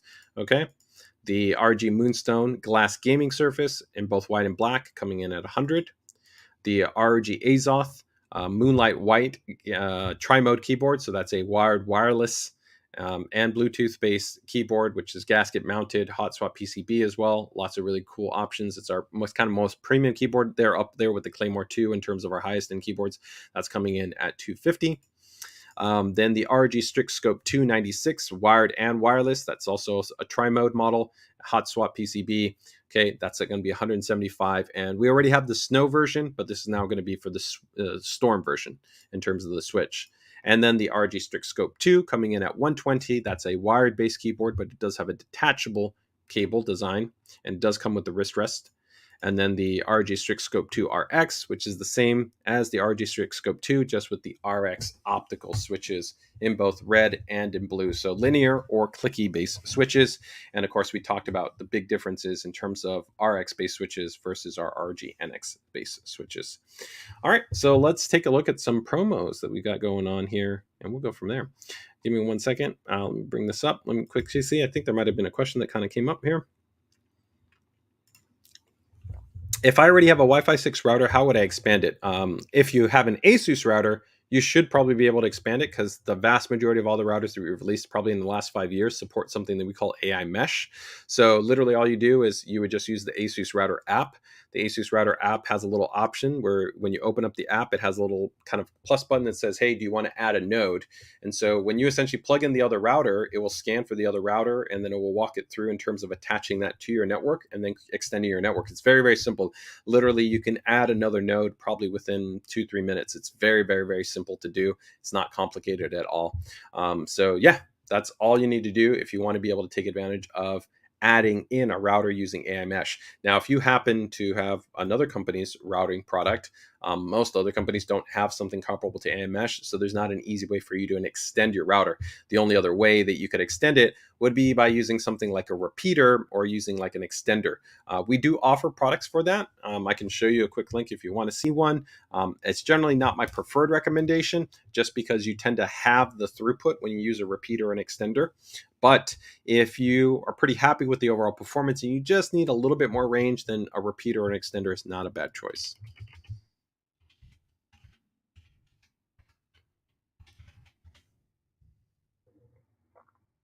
Go ahead and bring it up here.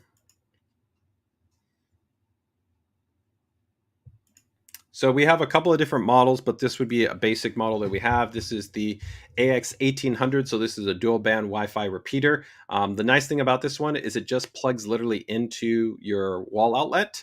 So it's really easy and compact to be able to add onto. We also have an app here, and this will work with any manufacturer. It works really well with ASUS because it'll pair up within the ASUS router app. But even if you have another company's router and you just want to add a little bit more range, a little bit better signal stability, then you could add in one of these, just plug it in and you're good to go. It'll walk you through getting everything set up and get you up and running. So if you want a basic option for extending your network, you can use this. And again, if you're have an ASUS router, then your better option, like I said, is to get another router. You pick which router it is that you want for whatever X reason and your budget, and then you just use AI mesh to add that in. Okay.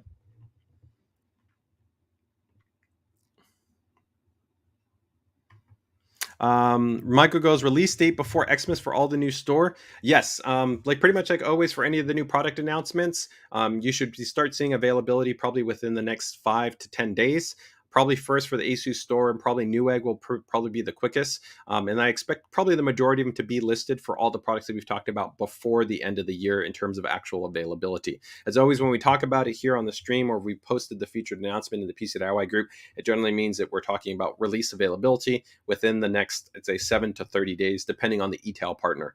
Some partners take longer than others. It just depends on the logistics. But yes, I would expect the majority of everything you see to be available starting off as early within the next 5 to 10 days, and then maybe going up to about a month. So right towards as we get to the end of next month. Okay. All right. So let's go into some promos, guys. I'm going to go through these hot and quick. Okay. But let's jump into some. Okay. So the give me 1 second here. All right, so I will link this for you here in the chat, but this is our first kind of initial promo set that we have in kind of as an early Black Friday. You can see we've got lots of motherboards on promo: B550, Z790, B650, ROG STRIX 1000 watt power supply. This is a pretty nice savings. You can see normally $210, and now it's going to be $170. That's a nice savings right there of 40 bucks. Just right here, you can also see, look, the Maximus Z790 Hero. So not the Dark Hero, but this is still a great board. Okay, normally $610, right now $530. So that's coming in at a very nice savings, right? You're actually coming in at $80 savings for that motherboard. The ROG Strix Z790-E, that actually would probably be my recommendation over even the Hero, because I think for the price to performance, this one also has native PCI Express Gen 5, while the Hero has dual Gen 5 slots, but the Gen 5 is through an add-in card. And this one actually has it natively on the board. So that's $400. That's $80 savings for that board. So that's a really nice promo. The AP 201, I believe Snef was earlier in the chat here. One of my favorite chassis that we have in terms of our lineup, it's Micro ATX, but this guy can fit in tons of hardware. You can fit in a 360 millimeter AIO. You can go SFX power supply, standard power supply. You can fit a 4070, a 4080. You can fit a 4090 in there. You can do all kinds of really great sets, ultra high airflow, and really reasonable. I mean, it's already not expensive. It was 80 bucks, but right now you can get it for 70 bucks. So nice savings right there. The 1200 watt, really nice savings. You're going from 380 to 330. So 50 bucks that you're saving right there. Okay. Z690 board. Again, you're saving what, $70 right there. And keep in mind, all the Z690 all support 13th and 14th gen. You just got to update the UEFI BIOS on there. The Prime motherboard, you guys know the Prime is usually the board here I have on my demo system all the time. I love the Prime series. Okay, normally $310, $250, so you're talking $60 savings right there. Really nice. GPUs, we got some more savings right here. You can see normally $1050 for the ROG Strix 4070 Ti, coming down to $900. That's a pretty nice savings. Then you got the 4060, another 4060. The Tough Gaming fans, almost 20 bucks off. That's a fantastic deal. These fans are really, really hard to beat for their price point. They use one of the highest quality bearings on the market that, compared to fans that are literally double their price, they have a significantly better fan bearing. A lot of people don't look at the fan bearing quality, but in this price segment, these fans are exceptionally hard to beat. Really good airflow, good static pressure, nice brightness, and the triple pack also comes included with a really nice ARGB controller inside the box. So for that price, I think it's very reasonable. 3 fans with the controller, $43. That's a definite pickup in my opinion. GT502 chassis, one of my favorite chassis that we offer in our lineup. It's super flexible. You can fit everything in it. You can do custom distros. You can do water cooling. You can do liquid cooling. You can go vertical mounting. You can do non-vertical mounting. You got rear radiator mounting support on the back. All kinds of stuff. Normally 170, now 140, so 30 bucks off, okay? Even look, TF120 fan. Maybe I just need one 120 millimeter fan. I don't need a lot. Well, check out the TF120 right now, 13 bucks, okay? It's a great price point. A bit of a savings there, even from the normal $19, which again, very good price for this fan already, but coming down to 13 bucks, very, very reasonable. But again, remember, you have the triple pack that is on sale, okay? Dash F board, the AP201 in white, right? And then we also have the AP201 tempered glass. Remember, the big difference between these AP201 is the side panels fully perforated. So that's 57,000 holes that are on that chassis. Ultra high airflow. I personally like the look of this one as opposed to the look with the tempered glass. But if you want to see your hardware, we do also have the tempered glass version available for you. All right. And then second page, there's another page, one more. Got the GT501. It's also on sale. We got, oh man, the XF120 fan. That's our premium ROG fan that uses a maglev bearing. Very few fans on the market use a maglev bearing. Pretty much the best bearing you can get on a fan. Ultra nice. The Hyperion is on sale. That's a pretty nice savings, from $500 to $410 bucks. So you're essentially saving $90. The white GT501 is also on sale. The white both the white GT501 and the GT502 is on sale. We also have on sale the white TF120 fans. And then also, I think there was another Pro graphics card that was on sale. So overall, some great promos for you guys on that was motherboards, some power supplies, some graphics cards, and some fans, all on sale. All right. Let's go ahead but we got monitors here that we're going to talk about right here. Let me go ahead and drop that in the link there for you guys.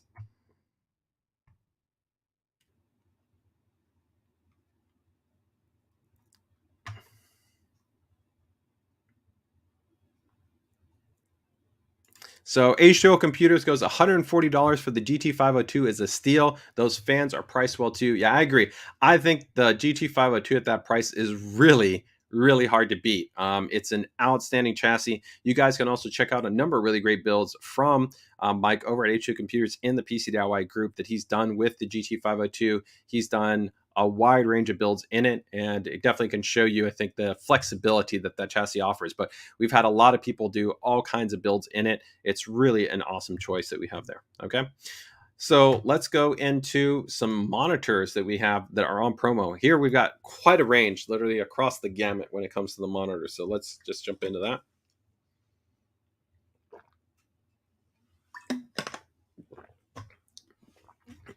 All right, so first up here is going to be the VG249 Q3A. This is going to be essentially a 24-inch high refresh rate gaming monitor. It's going to be a fast IPS, so newer panel.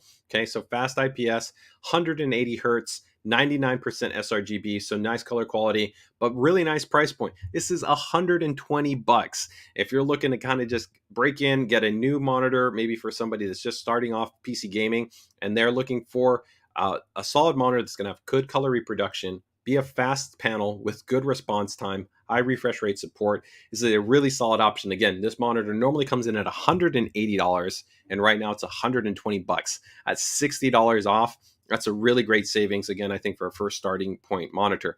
I also, compared to a lot of other competitors, across all of our LCDs are a 3-year warranty, where some manufacturers on their LCDs only offer maybe a 1-year warranty for their LCDs. So we offer a 3-year warranty. Even for this entry-level monitor, you're still going to get that, compared to, like I said, some other companies that didn't give you a 1-year warranty. But $60 off for this, I think this is a great choice. Again, if you're maybe starting off as a first-time build, first-time gaming machine, I think this is a really solid option. Okay. Let's go ahead and take a look at our next one right here.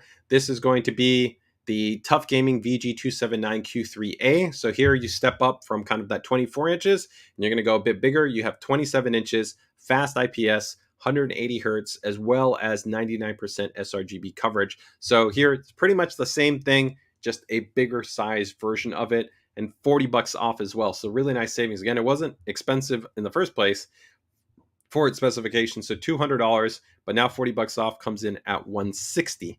Okay, let me go ahead and drop that one in there for you guys.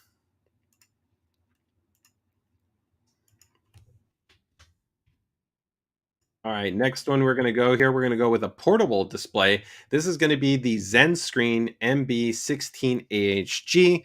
This is going to be our 15.6-inch portable monitor. It's 1920 by 1080 IPS display, and this is one of our newer ones, which has 144 hertz. So in a portable display, that's great. You still get that really nice smoothness and animation for desktop usage. Has USB-C connectivity, has also micro HDMI, so pretty much you can use it with whatever you want. You can use it with a laptop, you could use it with your phone, you could use it with a tablet, you could use it with a Nintendo Switch. It doesn't matter, you can use it with any of those things. It also has an integrated kickstand. It has a tripod mount, so you can actually mount it at home if you wanted to. We actually also now sell the tripod mount, so you can actually see right here, like, hey, I could have it on my desk, I could take it off, and I can throw it in a bag or throw it in a backpack, and bam, I'm good to go. You've got landscape, you've got portrait orientation that's supported within this unit as well, and there's also an integrated headphone jack. So this one's $42 off right now. Normally it's $280, and now it's $237. So that's going to be the MB16AHG. Keeping the party rolling here, we've got the PA279CRV. This is an updated model within our ProEd series monitors. If you want something that's all about color accuracy and lots of options in terms of color fidelity, color workflow adjustment, like 6-color axis control, then this is going to be a monitor for you. This is 27-inch at 4K. That's actually my preferred 4K option because it's an ultra-tight PPI, so text clarity is outstanding. It's probably the sharpest display that you can get on the market in terms of 27-inch and 4K. It's kind of the real sweet spot if you really like text sharpness and text clarity. Ultra nice coverage in terms of the actual color gamut with 99% DCI-P3 and 99% Adobe RGB coverage. That's really good. Factory calibrated with Delta 2 accuracy. DisplayPort with USB-C and 96 watts in terms of power delivery. So if you want to connect something like a laptop to it, you can be powering it and carry over the display at the same exact time. There's also multiple USB ports actually on the side and on the bottom, so you have additional flexibility to connect, storage, printer, scanner, wireless adapters, whatever it is that you want to be able to connect. You got that. You got 4-way ergonomic adjustment with, of course, tilt, swivel, pivot, and height that are all in this display. And this one's $80 off. So normally $470 and it's now $390. That's a big savings for this display. Really, really great option. Okay. Going on the gaming side right here, this is going to be the Tough Gaming VG32AQA1A. That's a mouthful, but this is stepping up for, remember we talked about 24-inch, we talked 27-inch, maybe you want a 32-inch. Well, here, 32-inch, 1440p, 170 hertz in terms of the refresh rate. This one's $50 off, so normally $330. It's $280. I think this is a really nice option if you're somebody that really enjoys, your action RPG, your racing, a little bit more casual first-person shooters. It has a 1 millisecond response time in terms of MPRP. That's actually not going to be even 1 millisecond gray to gray, but it's still a solid low response time, so it's not bad in that respect. If you're a competitive shooter, you probably want to at least target at least that 1 millisecond gray to gray, if not lower, but it's still entirely enjoyable. You could totally still play Apex and Valorant, CSGO, Rainbow Six Siege, Fortnite, and you'd still have, I think, a very enjoyable experience, but it depends on kind of what you're coming from as well, right? But I think this is a really nice balance. Again, 1440p, 170 hertz, right? 32 inches. And you're also going to get display widget support, which means you can control the monitor in Windows for adjusting things like contrast and brightness and different types of settings, different things along those lines. Why don't you guys let me know, what size monitor are you using right now? Are you 24 inches? Are you 27 inches? Are you 32 inches? Are you 38 inches, 42 inches? What size monitor are you using? All right. Next monitor that we got right here is where I'm going to go back to a mobile monitor, a portable monitor. This is the ZenScreen Inc. This is the MB14 AHD. Maybe you've got somebody that is an artist in the family, maybe a friend. Maybe you want to be able to do a little bit of note taking, maybe some art, maybe some, design. You want to be able to have something more flexible than just a portable display when you're going on the go. Keep in mind, you could also use this totally at your desk, and you could have Discord. You could swipe between actually different forums, between emails, between photos, but even between different stat values. If you have different applications and you want to monitor things, right? A lot of really cool stuff there. But this is 14 inches, 1080p, IPS, 10-point touch. It also comes included with the stylus pen, USB-C, and HDMI with the kickstand and the tripod mount support, all included with the unit. All right. And this is normally $370. This is $100 off. So $270 for this model. I love this model. It's got a lot of great flexibility and functionality. Like I said, you've got that included pen, 4,000 levels in terms of the pressure sensitivity. Great, like I said, for note taking, for design, for customization, sketching things out like that. Or again, even just using it, like I said, like a touch display, and I want to just swipe through pictures, swipe through email, pinch and zoom. Like I said, you could even use this as a stat display where you could have that below your other monitor. You could have GPU tweak open. You could have your Armory crate open. You could have different types of, you could open up your AIDA64 window, HW info, whatever you want, right? It's pretty cool to be able to have that flexibility. Same like the others in terms of what we noted on the prior MB model that we noted, where you have portrait and landscape orientation. So $100 off for this monitor. Some feedback here from a couple of people. So Paskowitz is using a 34-inch ultra wide. Tech is using a 35-inch. Michael is using a 27-inch, a 75-inch. That's not a monitor, so you're using a TV. So I'm going to let that slide, but TVs are not monitors, especially because TVs don't work well for sleep or hibernation. And then 17 inches for his other. And then Matthew is going to be 34 inches, curved, along with two 27 inches. And then Tech is also using, Tech already noted. Oh, so he put 35 originally, and then he put ultra wide curve. So I don't know if you're using two 35s, so a standard 35 and then an ultra wide, or is it a 35 ultra wide curve? Either which way, thanks for those that kind of gave some feedback there. All right, next up here, we've got the Tough Gaming VG27 BQM. So this will be the first curved monitor in the promo deals that we're highlighting. This is a 27-inch, 1080p, 240 hertz, curved gaming monitor. Okay, so this one's 50 bucks off, normally $250, and now it's going to be $200. Okay, so this on also is going to give you actually over 100% sRGB. It's 105% sRGB coverage, so very nice color performance. Do keep in mind that you may need to calibrate it to get the best color experience out of the box. And also with a higher refresh rate monitor, you ideally want what's called variable overdrive. Variable overdrive helps to ensure a more consistent experience in terms of overshoot and undershoot across the refresh rate range. So again, for 200 bucks, this is a really nice option if you want to get into a little bit more kind of an immersive curved gaming experience. 27 inches, 1500R, 240 hertz. Okay, 200 bucks with the VG27VQM. Let's keep walking it. We got more. The ROG STRIX XG309CM. So this one we're starting to go into a little bit of ultra wide. So this one's going to be a 29.5 inch 2560 by 1080 base display. It's a 220 hertz refresh rate. So you're going in that nice high refresh rate, high resolution, really nice for desktop productivity. Not super crazy in terms of the aspect ratio, so that it doesn't have an abnormally kind of large ultra wide aspect ratio, which I really like. 1 millisecond gray to gray, so a really nice response time. That fast IPS panel, so the newer generation IPS for even better actually performance when it comes to pixel response. You're also going to have the USB Type-C connectivity on this model, 110% sRGB coverage, KVM support, and a threaded tripod mount support. So that means right here at the top of the monitor, you can't see it. Let me see if we can show it to you in the picture. There should be a little image over here.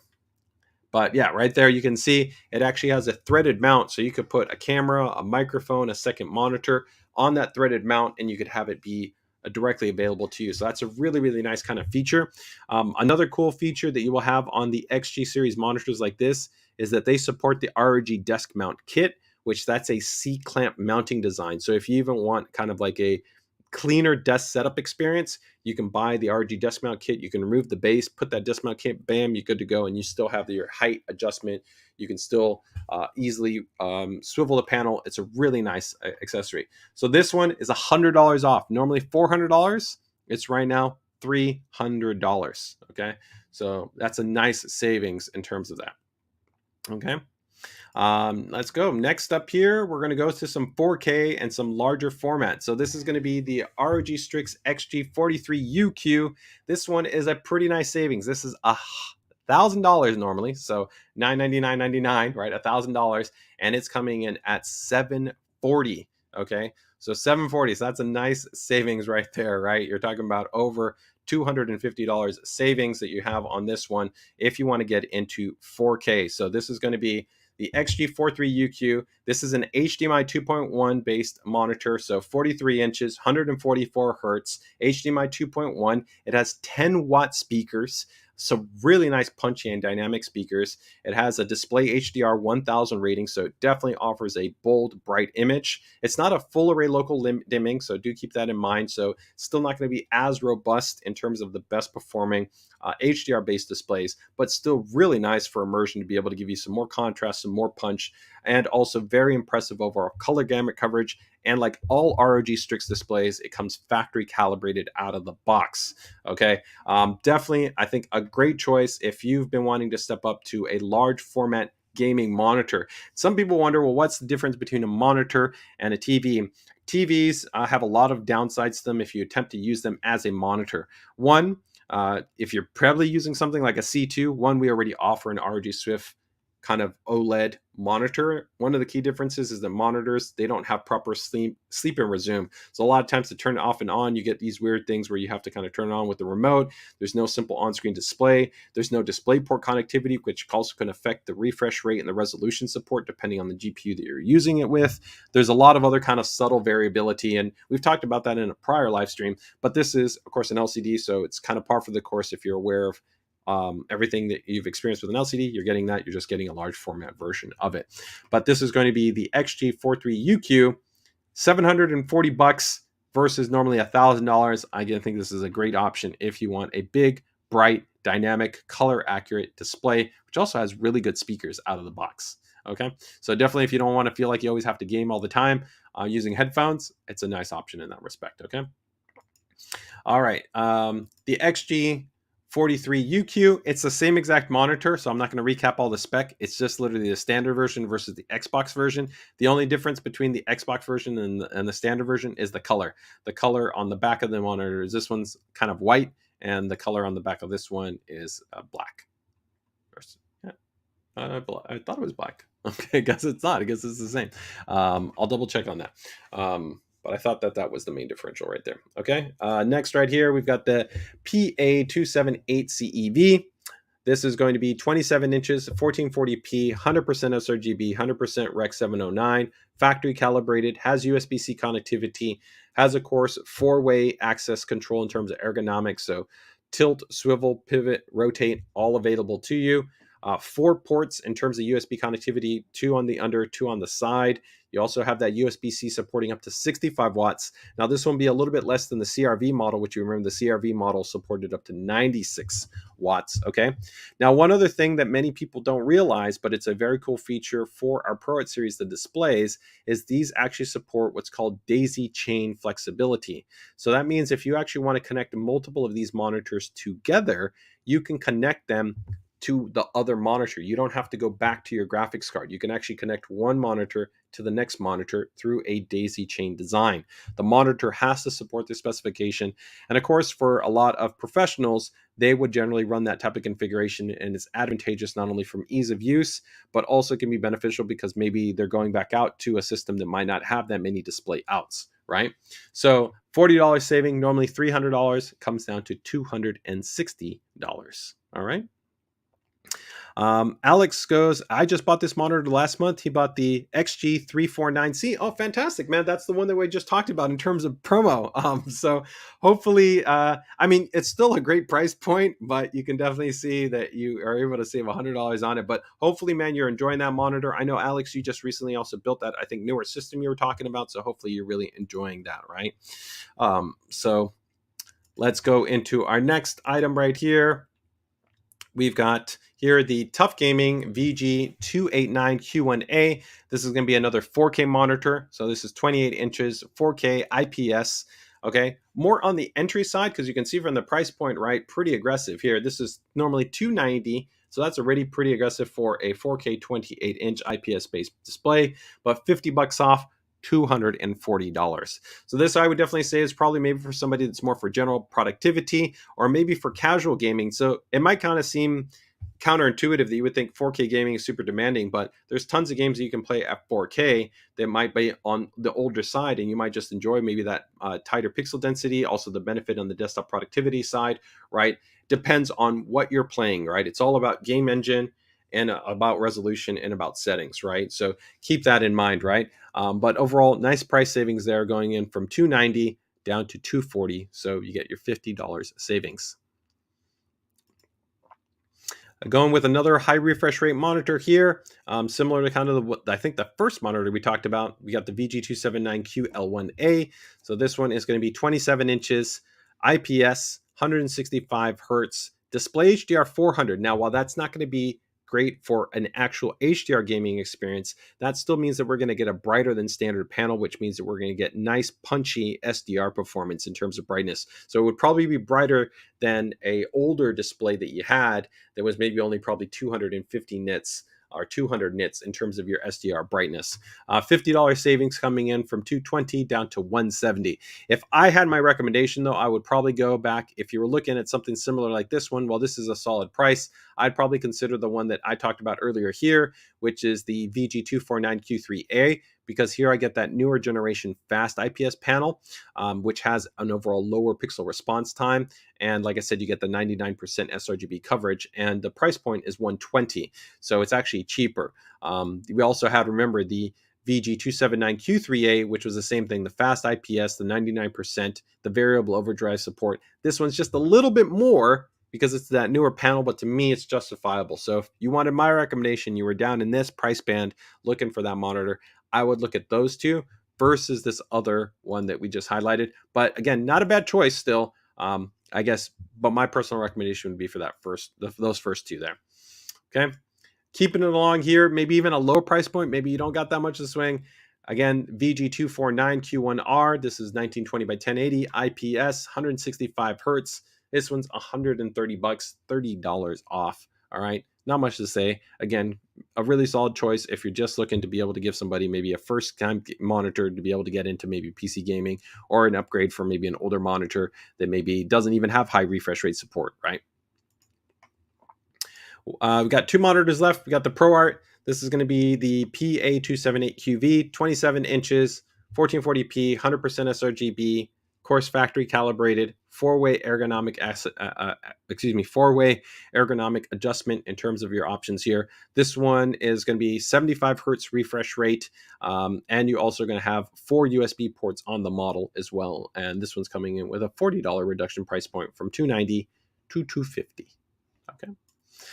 And I think that's all for our monitors. So that's all our monitor promos. Again, you're going to probably see some more stuff coming up, but I wanted to make sure and share these guys with you. So you guys saw we had some really great promos in terms of on the first side with motherboards, the monitors, the power supplies, the chassis, the fans. I just went through a whole bunch of the monitors with you. And then on the router side, I went ahead and already did a post a little bit earlier about this, but I'm going to give you guys the quick recap here. Let me see if I have it right here. Do I have my monitor, my router price list?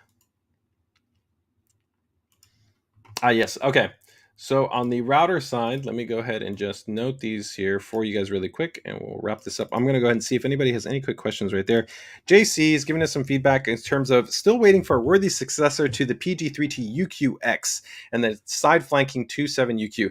Yeah, well, the PG3T UQX, it's absolutely a flagship monitor. I mean, it was kind of designed to be an absolute benchmark for a long time, and I think a lot of people thought, oh, it's going to get replaced pretty quickly, and a lot of UQX owners have realized that no.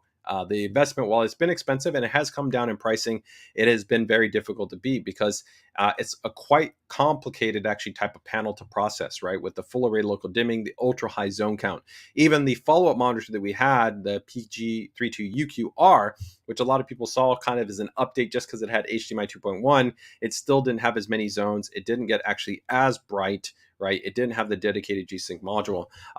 We do actually have something in the pipeline. There is a next generation panel, which we have tentatively already kind of soft shown with the next generation ProArt, which actually will be having a zone count, which will be an excess of actually, I believe, 2,200 mini LED zones on there. So it's a noticeable upgrade compared to what you had there, along with some other stuff they're going to be bringing into the table. But we've got some exciting panels. Probably for UJC, it'd also be interesting that maybe that upcoming, of course, next generation 4K 32-inch OLED could be part of that conversation, as well as being kind of a replacement. But it will still be interesting because technically even that model, we know from its specs, still won't provide, of course, the peak brightness. And I would also say the text rendering legibility will still be actually worse than, of course, you would have on an LCD. But you get that benefit in terms of contrast, right, and inherent pixel response that OLED's bringing to the table. So that could be a pretty good competitive model. But I think from desktop productivity, I would still probably defer to LCD. So I think probably a panel that we haven't talked about yet, but we may be looking at in next year in terms of some announcements, might be finally the one that you could be looking towards a possible replacement. But, we're always busy working on kind of the next generation of what we're doing in terms of displays. So just going to kind of have to keep it tuned and see what happens, right?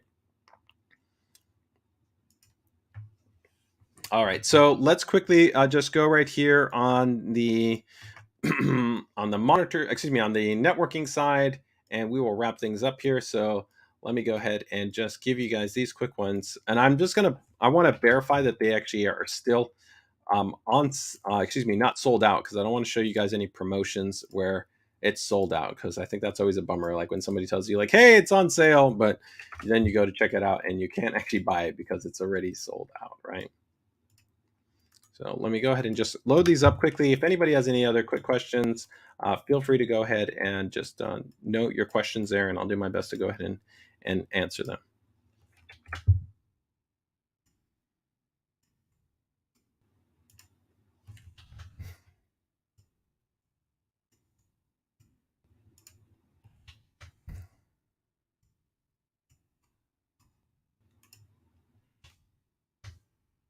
I got one more model here.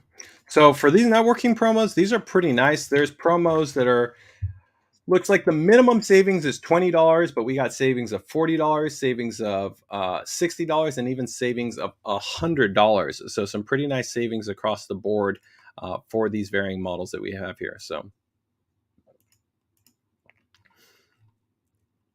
go ahead and get these up here.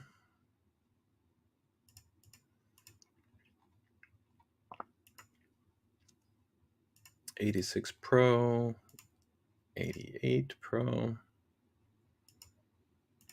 GT6.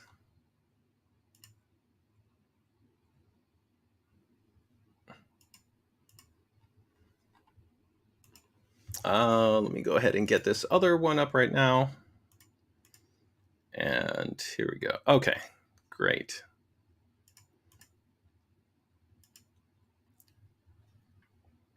All right, here we go, guys. So let's quickly see. Is there an update version soon for the ROG Spot the X wireless mouse, or is it safe to buy right now? So yeah, I mean, the Spot the X has been out for a little while, but we don't have any immediate plans to refresh it. So I can't 100% tell you that you won't probably see something, say 6 months, but I would say that's probably, I wouldn't expect anything earlier than that. So I would say that's fairly comfortable. Yeah, you could totally buy it and you wouldn't be sweating it. And the Spot X is still actually very nicely spec'd right now. I mean, compared to the original Spot, that we fully updated the sensor, we changed out the body, we improved the battery. It had a better docking mechanism. It had the new RG micro switches. So it was a significant upgrade fully. So if you're somebody that wants that bigger mouse, you like the magnetic base, you want the multi buttons on there, right? I think it's a great option. So I've got 100% no issues saying that, hey, solid option, and there's nothing immediately down the pipe that I can tell you that would be immediately replacing the Spatha with even the next quarter. So you're entirely fine. Okay. All right.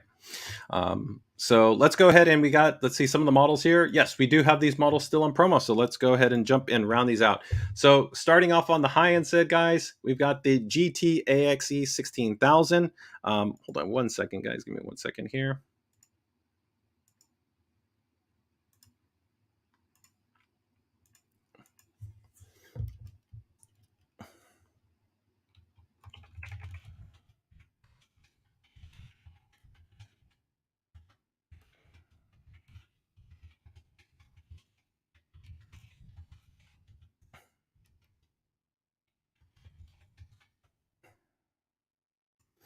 All right.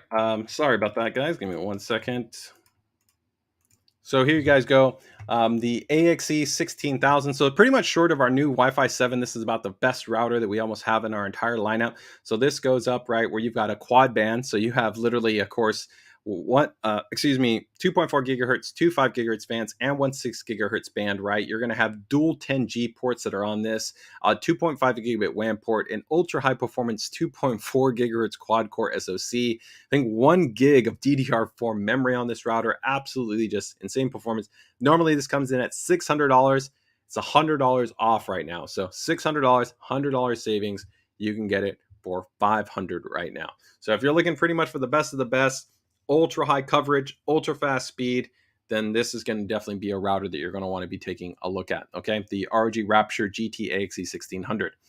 Next one here, still a very, very high-end router. We're going to be looking at the ROG Rapture GT AX 11000 Pro. This one coming from $400 to $340. Okay, so still a very nice significant savings.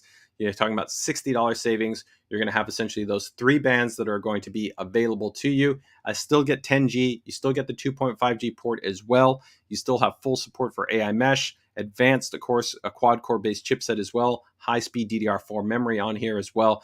This is probably, I would think, for the vast majority of people, they probably don't need something like the 16,000, right? Because they don't need 10G based infrastructure. They're probably not taking advantage of the quad band, but tri-band definitely has advantage, even if you consider doing AI mesh in the future, because you can essentially do mesh across one of the bands, and then you still have 2 high-speed bands that you have available to you. So I'm a really big fan of our tri-band based models, but this model right here is also a really great choice if you're wanting to save a bit more money. But you can see normally the price point is quite a bit bigger. So, but right now at $340, Here you can see we have the RT-AXE 7800, which would be my other kind of go-to recommendation if you want Wi-Fi 6E and you want tri-band based support, but it does not have a 10G port on it, but $260 versus $340, okay? Going in with another model here, we've got the ROG Rapture GT-AX 6000. Okay, this one is going to be coming in at $300 normally, but it's right now on sale for $260. So $40 savings. This one's a really awesome option, especially if you ever even pair two of them together. It is a dual band unit, but high performance SoC chipset. It's got dual 2.5 gig ports, so it's got WAN and LAN. So if you want to be able to connect your LAN over to another, like a laptop, you want to be able to connect it to a NAS, if you want to be able to connect it to a desktop, you've got that flexibility where you have dual 2.5 gigabit ports on here. So it's a really great choice in that respect. And that high performance SoC, just like we talked about with some of the earlier stuff in networking, facilitates a wide range of features and functions like on-router VPN, instant guard support, advanced quality of service, all kinds of tons of great features that are built into the ASUS WRT firmware, okay? We then have here the ROG Rapture DT6. This is the 2-pack. This is our mesh networking product. So of course, any one of the ASUS routers can be used in a mesh networking configuration. This is going to be a tri-band unit. So you actually get two of these, right? They both come included. Really nice looking units, very high performance, ultra large coverage. You're talking about here, you can see 5,800 square feet. You could easily cover very, very large homes, have ultra high speed. You've got 2.5 gigabit support also on here in terms of your wired connectivity. The RGB lighting on there is really cool.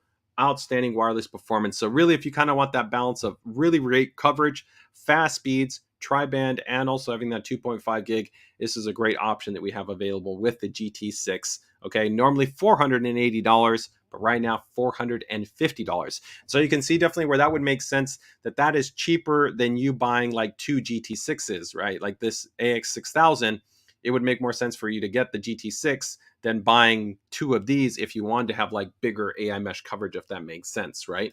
Because this is also going to be tri-band, where the AX 6000 is actually only dual band, okay? Here, the AX88U, this is actually one of my favorites. I'm a big fan of this model. This unit right here coming in normally at $300 and now $230, so $70 savings. Dual 2.5 gigabit ports, high performing quad core SOB based chipset.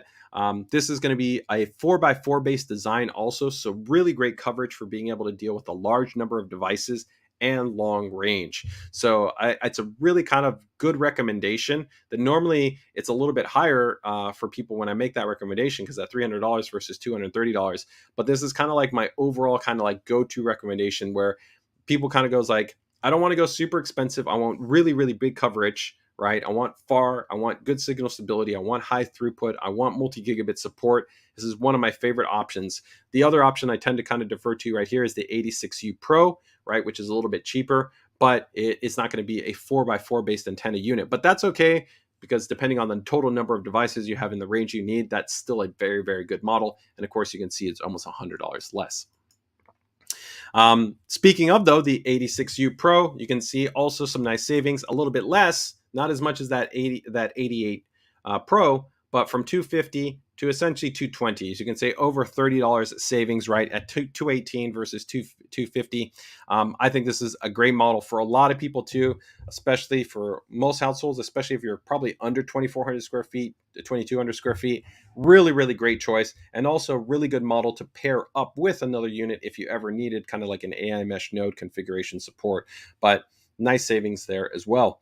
Continuing in that bracket of saving you guys money, again, if you want to go with something and you have a smaller space, or you don't have that much of a budget, or maybe you're looking for a second router to add into the mix or something like that, the RT-AX 3000, normally $180, now $140 right now, $40 savings. This is more kind of a standard mainstream, just Wi-Fi 6 router. There's no 2.5 gigabit networking, anything like that, but still gives you good coverage, stable and reliable, supports AI mesh, good and easy feature set that all can be controlled through the ASUS router app. So a solid foundation, especially like I said, for maybe smaller environments.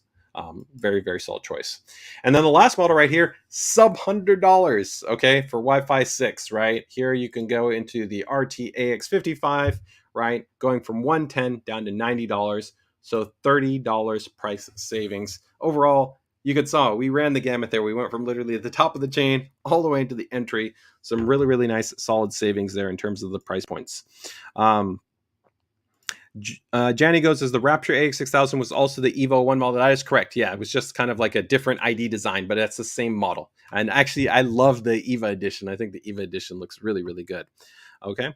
Michael goes, the RT-AC88U had one of the best speeds, up to 1.2 gigabits back then. Yeah, this model is even actually faster. This is a newer version of that AC88U. It's been very popular for a lot of people that, like I said, they wanted a high performance 4x4, good connectivity, good feature, good kind of speed range, all of that. It's been kind of a perennial model in the same way like the 86. The 86 and the 88Us are always kind of very, very, very popular models. All right, guys. Well, that wraps up our stream. Thank you guys so much. Hopefully you guys have a great Friday night. Stay safe, stay healthy.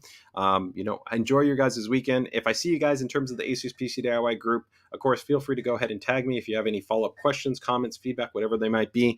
We've got a great community there. We're hopefully also hoping to wrap out the year with 50,000 members. So if you got friends that you want to invite over, feel free to go ahead and invite them to that community. I know that previously we actually had announced that for our 100th PCDIY stream, we were doing a Hyperion giveaway. And with the changeover from our prior community manager, we actually didn't end up doing that. And so actually I'm going to be revisiting, making sure that we get that done before the end of the year. So if you guys are part of the ASUS PCDIY group and you guys let people know, if we can get to that, we can get that share happening, we're going to go ahead and do that Hyperion giveaway for the PCDIY group. Although do keep in mind that giveaway will be limited to our US or North American based members. It's not a worldwide giveaway. Okay. So with that, make sure to keep it tuned, stay safe, stay healthy, and we'll take care. We'll join you in next week's streams. All right, guys, take care. Bye-bye.